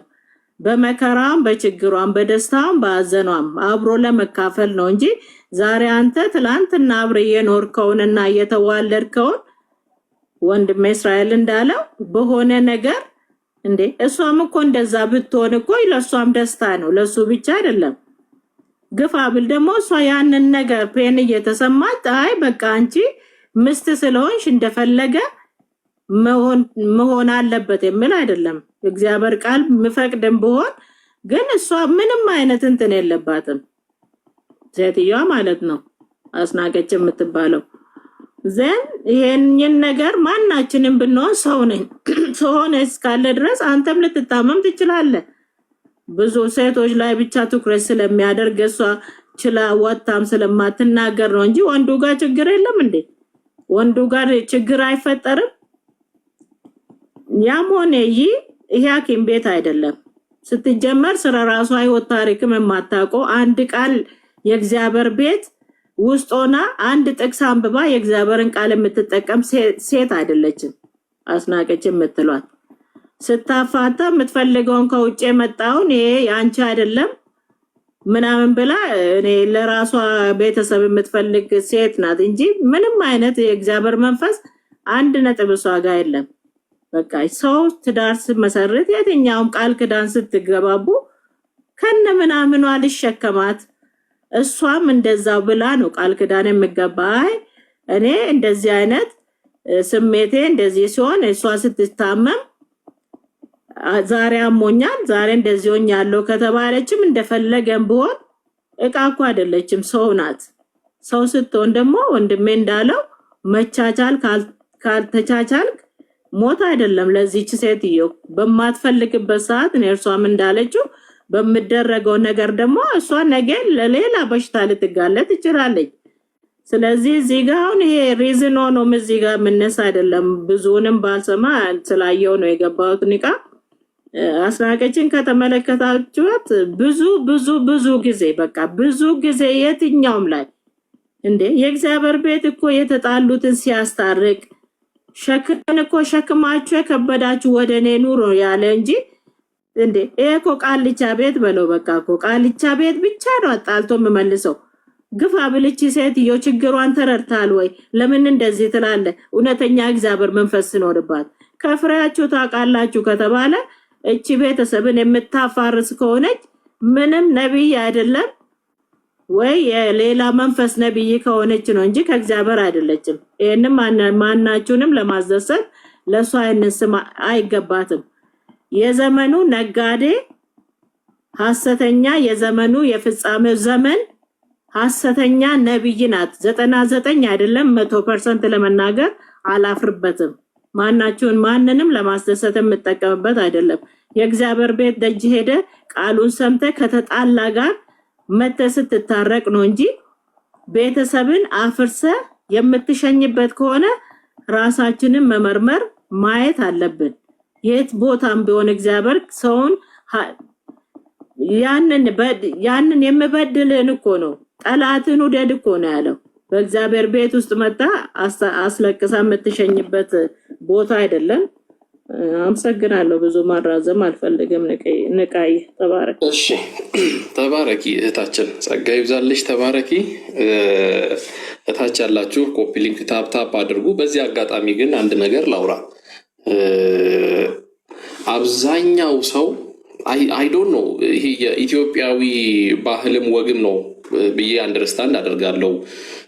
መነጋገር የሚባለው ባህል በጣም እንደዚህ አይነት ጉዳይ ላይ ይተፋፈራል። ሰው እንዲህ አይነት ጉዳይ ይተፋፈራል። ሰው አያወራም። ባልም ሚስትም አያወሩም። አብዛኛው ሰው ነው ብላችሁ ኢቭን ጉዳዩ ዋናው ኬዝ ይሄ ጉዳይ ሆኖ የምናወራበት ኬዝ አሁን ይሄ ሴክሹዋል ጉዳይ ሆኖ ምን ሆነ ነው የምትጣላው ከእሷ ጋር እንኳን ሲባል ሪዝኑ ሌላ ነው። ዙሪያ ጥምጥም ነው የሚሄደው። እሷን ብትጠየቅ እሱም ይሄ ቱ ደ ፖይንት የሚያወራችሁ ሰው ብዙም አታገኙም። ምንድን ነው ያለው ችግራችሁ በአንቺና በሱ መካከል ብሎ እንኳን ሰው ሲጠይቅ ወይ ስለ አስፔዛ ታወራለች፣ ወይ ስለሆነ ካራክተሩ ታወራለች፣ ወይ የሆነ በቃ ብዙ ዙሪያ ጥምጥም ነው የምታወራው።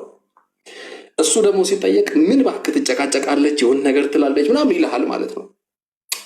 ወንድምና እህቶቼ በእውቀት በእድሜ በኑሮ ይሄ በማቹሪቲ በብዙ ነገር የምትበልጡኝ ሰዎች ከታች አላችሁ፣ በብዙ ነገር ማለት ነው። ጀስት አሁን እዚህ ጋር ስወጣ አውቅ ያለው ምናምን ብዬ አይደለም፣ ግን መነጋገርን የመሰለ ማውራትን የመሰለ ዲስከስ ማድረግን የመሰለ ትልቅ መፍትሄ የለም። የመጀመሪያው ነገር ማለት ነው። አሁን በእርግጠኝነት የምነግራችሁ እዚህ ውስጥ ከሚሰማኝ 100 ምናምን ሰዎች ውስጥ ማለት ነው ቁጭ ብሎ የራሱ ኬዝ እየተወራ እንዳለ የሚሰማ ሰዎች አሉ። የራሱን ኬዝ እያወራውለት እያለ የሚያዳምጠኝ ሰው አለ። ይሄንን ኬዝ ወይ ከሚስቱ ጋር ወይ ደግሞ ሴት ከሆነች ከባሏ ጋር ማውራት ሲገባት እኔን የምትሰማኝ ሰው አለች እዚህ ውስጥ። ለምን? ስለማይነጋገሩ። የሚታፈርበት ኬዝ አይደለም ይሄ ኬዝ፣ የሚታፈርበት ኬዝ አይደለም። ግን ዲስከስ አድርጎ አውሩ። በጣም ብዙ ሊወራበት የሚገባ ጉዳይ አለ። ዙሪያ ጥምጥም አትሄዱ። በቃ ቱ ዘ ፖይንት ሀሳቡ ላይ አውሩ። መፍትሄ ያለው ነገር መፍትሄ ይኖረዋል ብዬ አስባለሁ። እና በጣም ብዙዎች እንደዚህ አይነት ጉዳይ ላይ ያፍራሉ። እስፔሻሊ ደግሞ ክርስቲያን ጴንጤ አማኝ ወንጌል አማኝ ሰዎች አይዶኖ የሆነ የመጽሐፍ ቅዱስንም ሀሳብ ምናምን ስለሚሰሙ የእግዚአብሔርን ቃል ስለሚሰሙ ነውር የሚባለውን ነገር እንዴት ልበላችሁ፣ በቃ አንዳንድ ጉዳዮችን ለማስረዳት ሙላ ግራ ይገባኛል። ገና እንደዚህ አይነት ነገር ተብለ እንደዛ ነው እንትን የምትለው በቃ እዛው ላይ ትጨፈለቃለህ ማለት ነው። እንደ ሀሳብ እንድታነሳም ራሱ የማይፈቀድበት ጉዳይ አለ። በኢየሱስ ክርስቶስ ምናምን ይለዋል ማለት ነው። አየህ፣ በኢየሱስ ክርስቶስ ምናምን አስደንግጠው ሀሳብ ይበተናል። አትጸልይም እንዴ? አትንበረካከም? እግዚአብሔር ፊት አትሄድም? ምናምን ተብለ ሀሳብህ እንዳታወራው ትደረጋለህ። ሌላው ደግሞ በዚህ አጋጣሚ በቃ ወደ አቤኔዘር ጥያቄ ሄዳለሁ ማለት ነው። ከዛ ናፊም ስላለች አንዳንድ ሀሳቦችን የእግዚአብሔር ቃል ለሁሉ ነገር መፍትሄ ነው። ኦፍኮርስ አምናለሁ። ምንም እዛ ጋር ጥያቄ የለኝም። ለምሳሌ አቤኔዘር እኔ አንድ ኬዝ ገጠመኝ የዛሬ 2 ዓመት ምናምን አካባቢ ማለት ነው። በውስጥ መተው አወሩኝ ምናምን። ቅድም ሀብቲሽ ለዛ ነው ባይወርድ ጥሩ ነበረ ኬዙን ስለሚያውቅ ያኔ ማለት ነው። እና ሰዎቹ ባልና ሚስቶቹ ምንም ችግር የለባቸውም፣ ይዋደዳሉ። በጤነኛ በቤተ ክርስቲያን ነው የተጋቡት። እግዚአብሔርን በአከበረ መልኩ ነው የተጋቡት። ፋይናንሻል ነገር ችግር የለም። በቃ ምንም ችግር የለም። ግን ይሄ ጉዳይ ላይ አሁን ያልኩ ጉዳይ ሴክሹዋል ጉዳይ ላይ ችግር አለ። ችግሩ ምንድን ነው? ይህን ጉዳይ ማውራት ካለብኝ በግልጽ አማርኛ እሱ ብልቱ በጣም ትልቅ ነው። ማለት በጣም ትልቅ ነው። ኤክሰስ የሆነ በጣም ትልቅ ማለት ነው።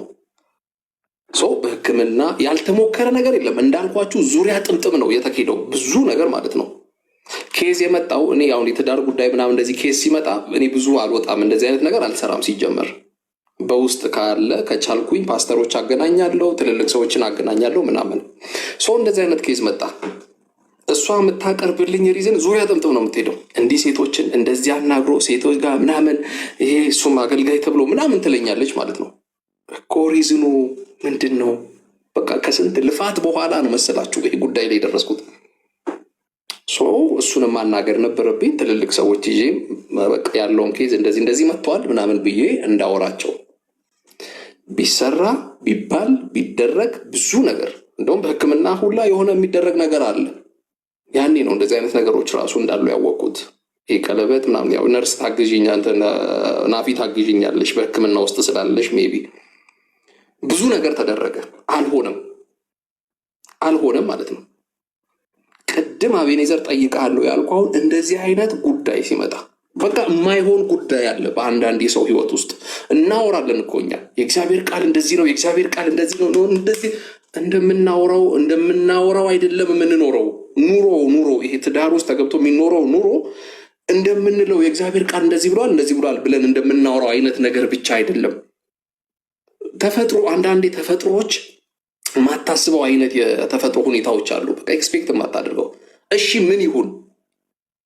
መጽሐፍ ቅዱስ ፍቺን እጠላለሁ ይላል። የእግዚአብሔር ቃል ፍቺን እጠላለሁ ይላል። ምን ይሁን ይሄ ሰውዬ?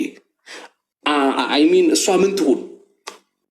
እቺ ሴት ምን ትሁን? ምንድነው መደረግ ያለበት? አይ በቃ ምንም አያድርጉ አልፈው ይኑሩ ነው። እንደዛ ካልከኝ ደግሞ ስሜት የሚባል ነገር ያው ታውቃላችሁ፣ ስሜት የሚባል ነገር አለ። ሰውየው እንግዲህ እሺ በቃ በእግዚአብሔር ቃል ምናምን ሊልህ ይችላል አንተ ፊት ግን ኖ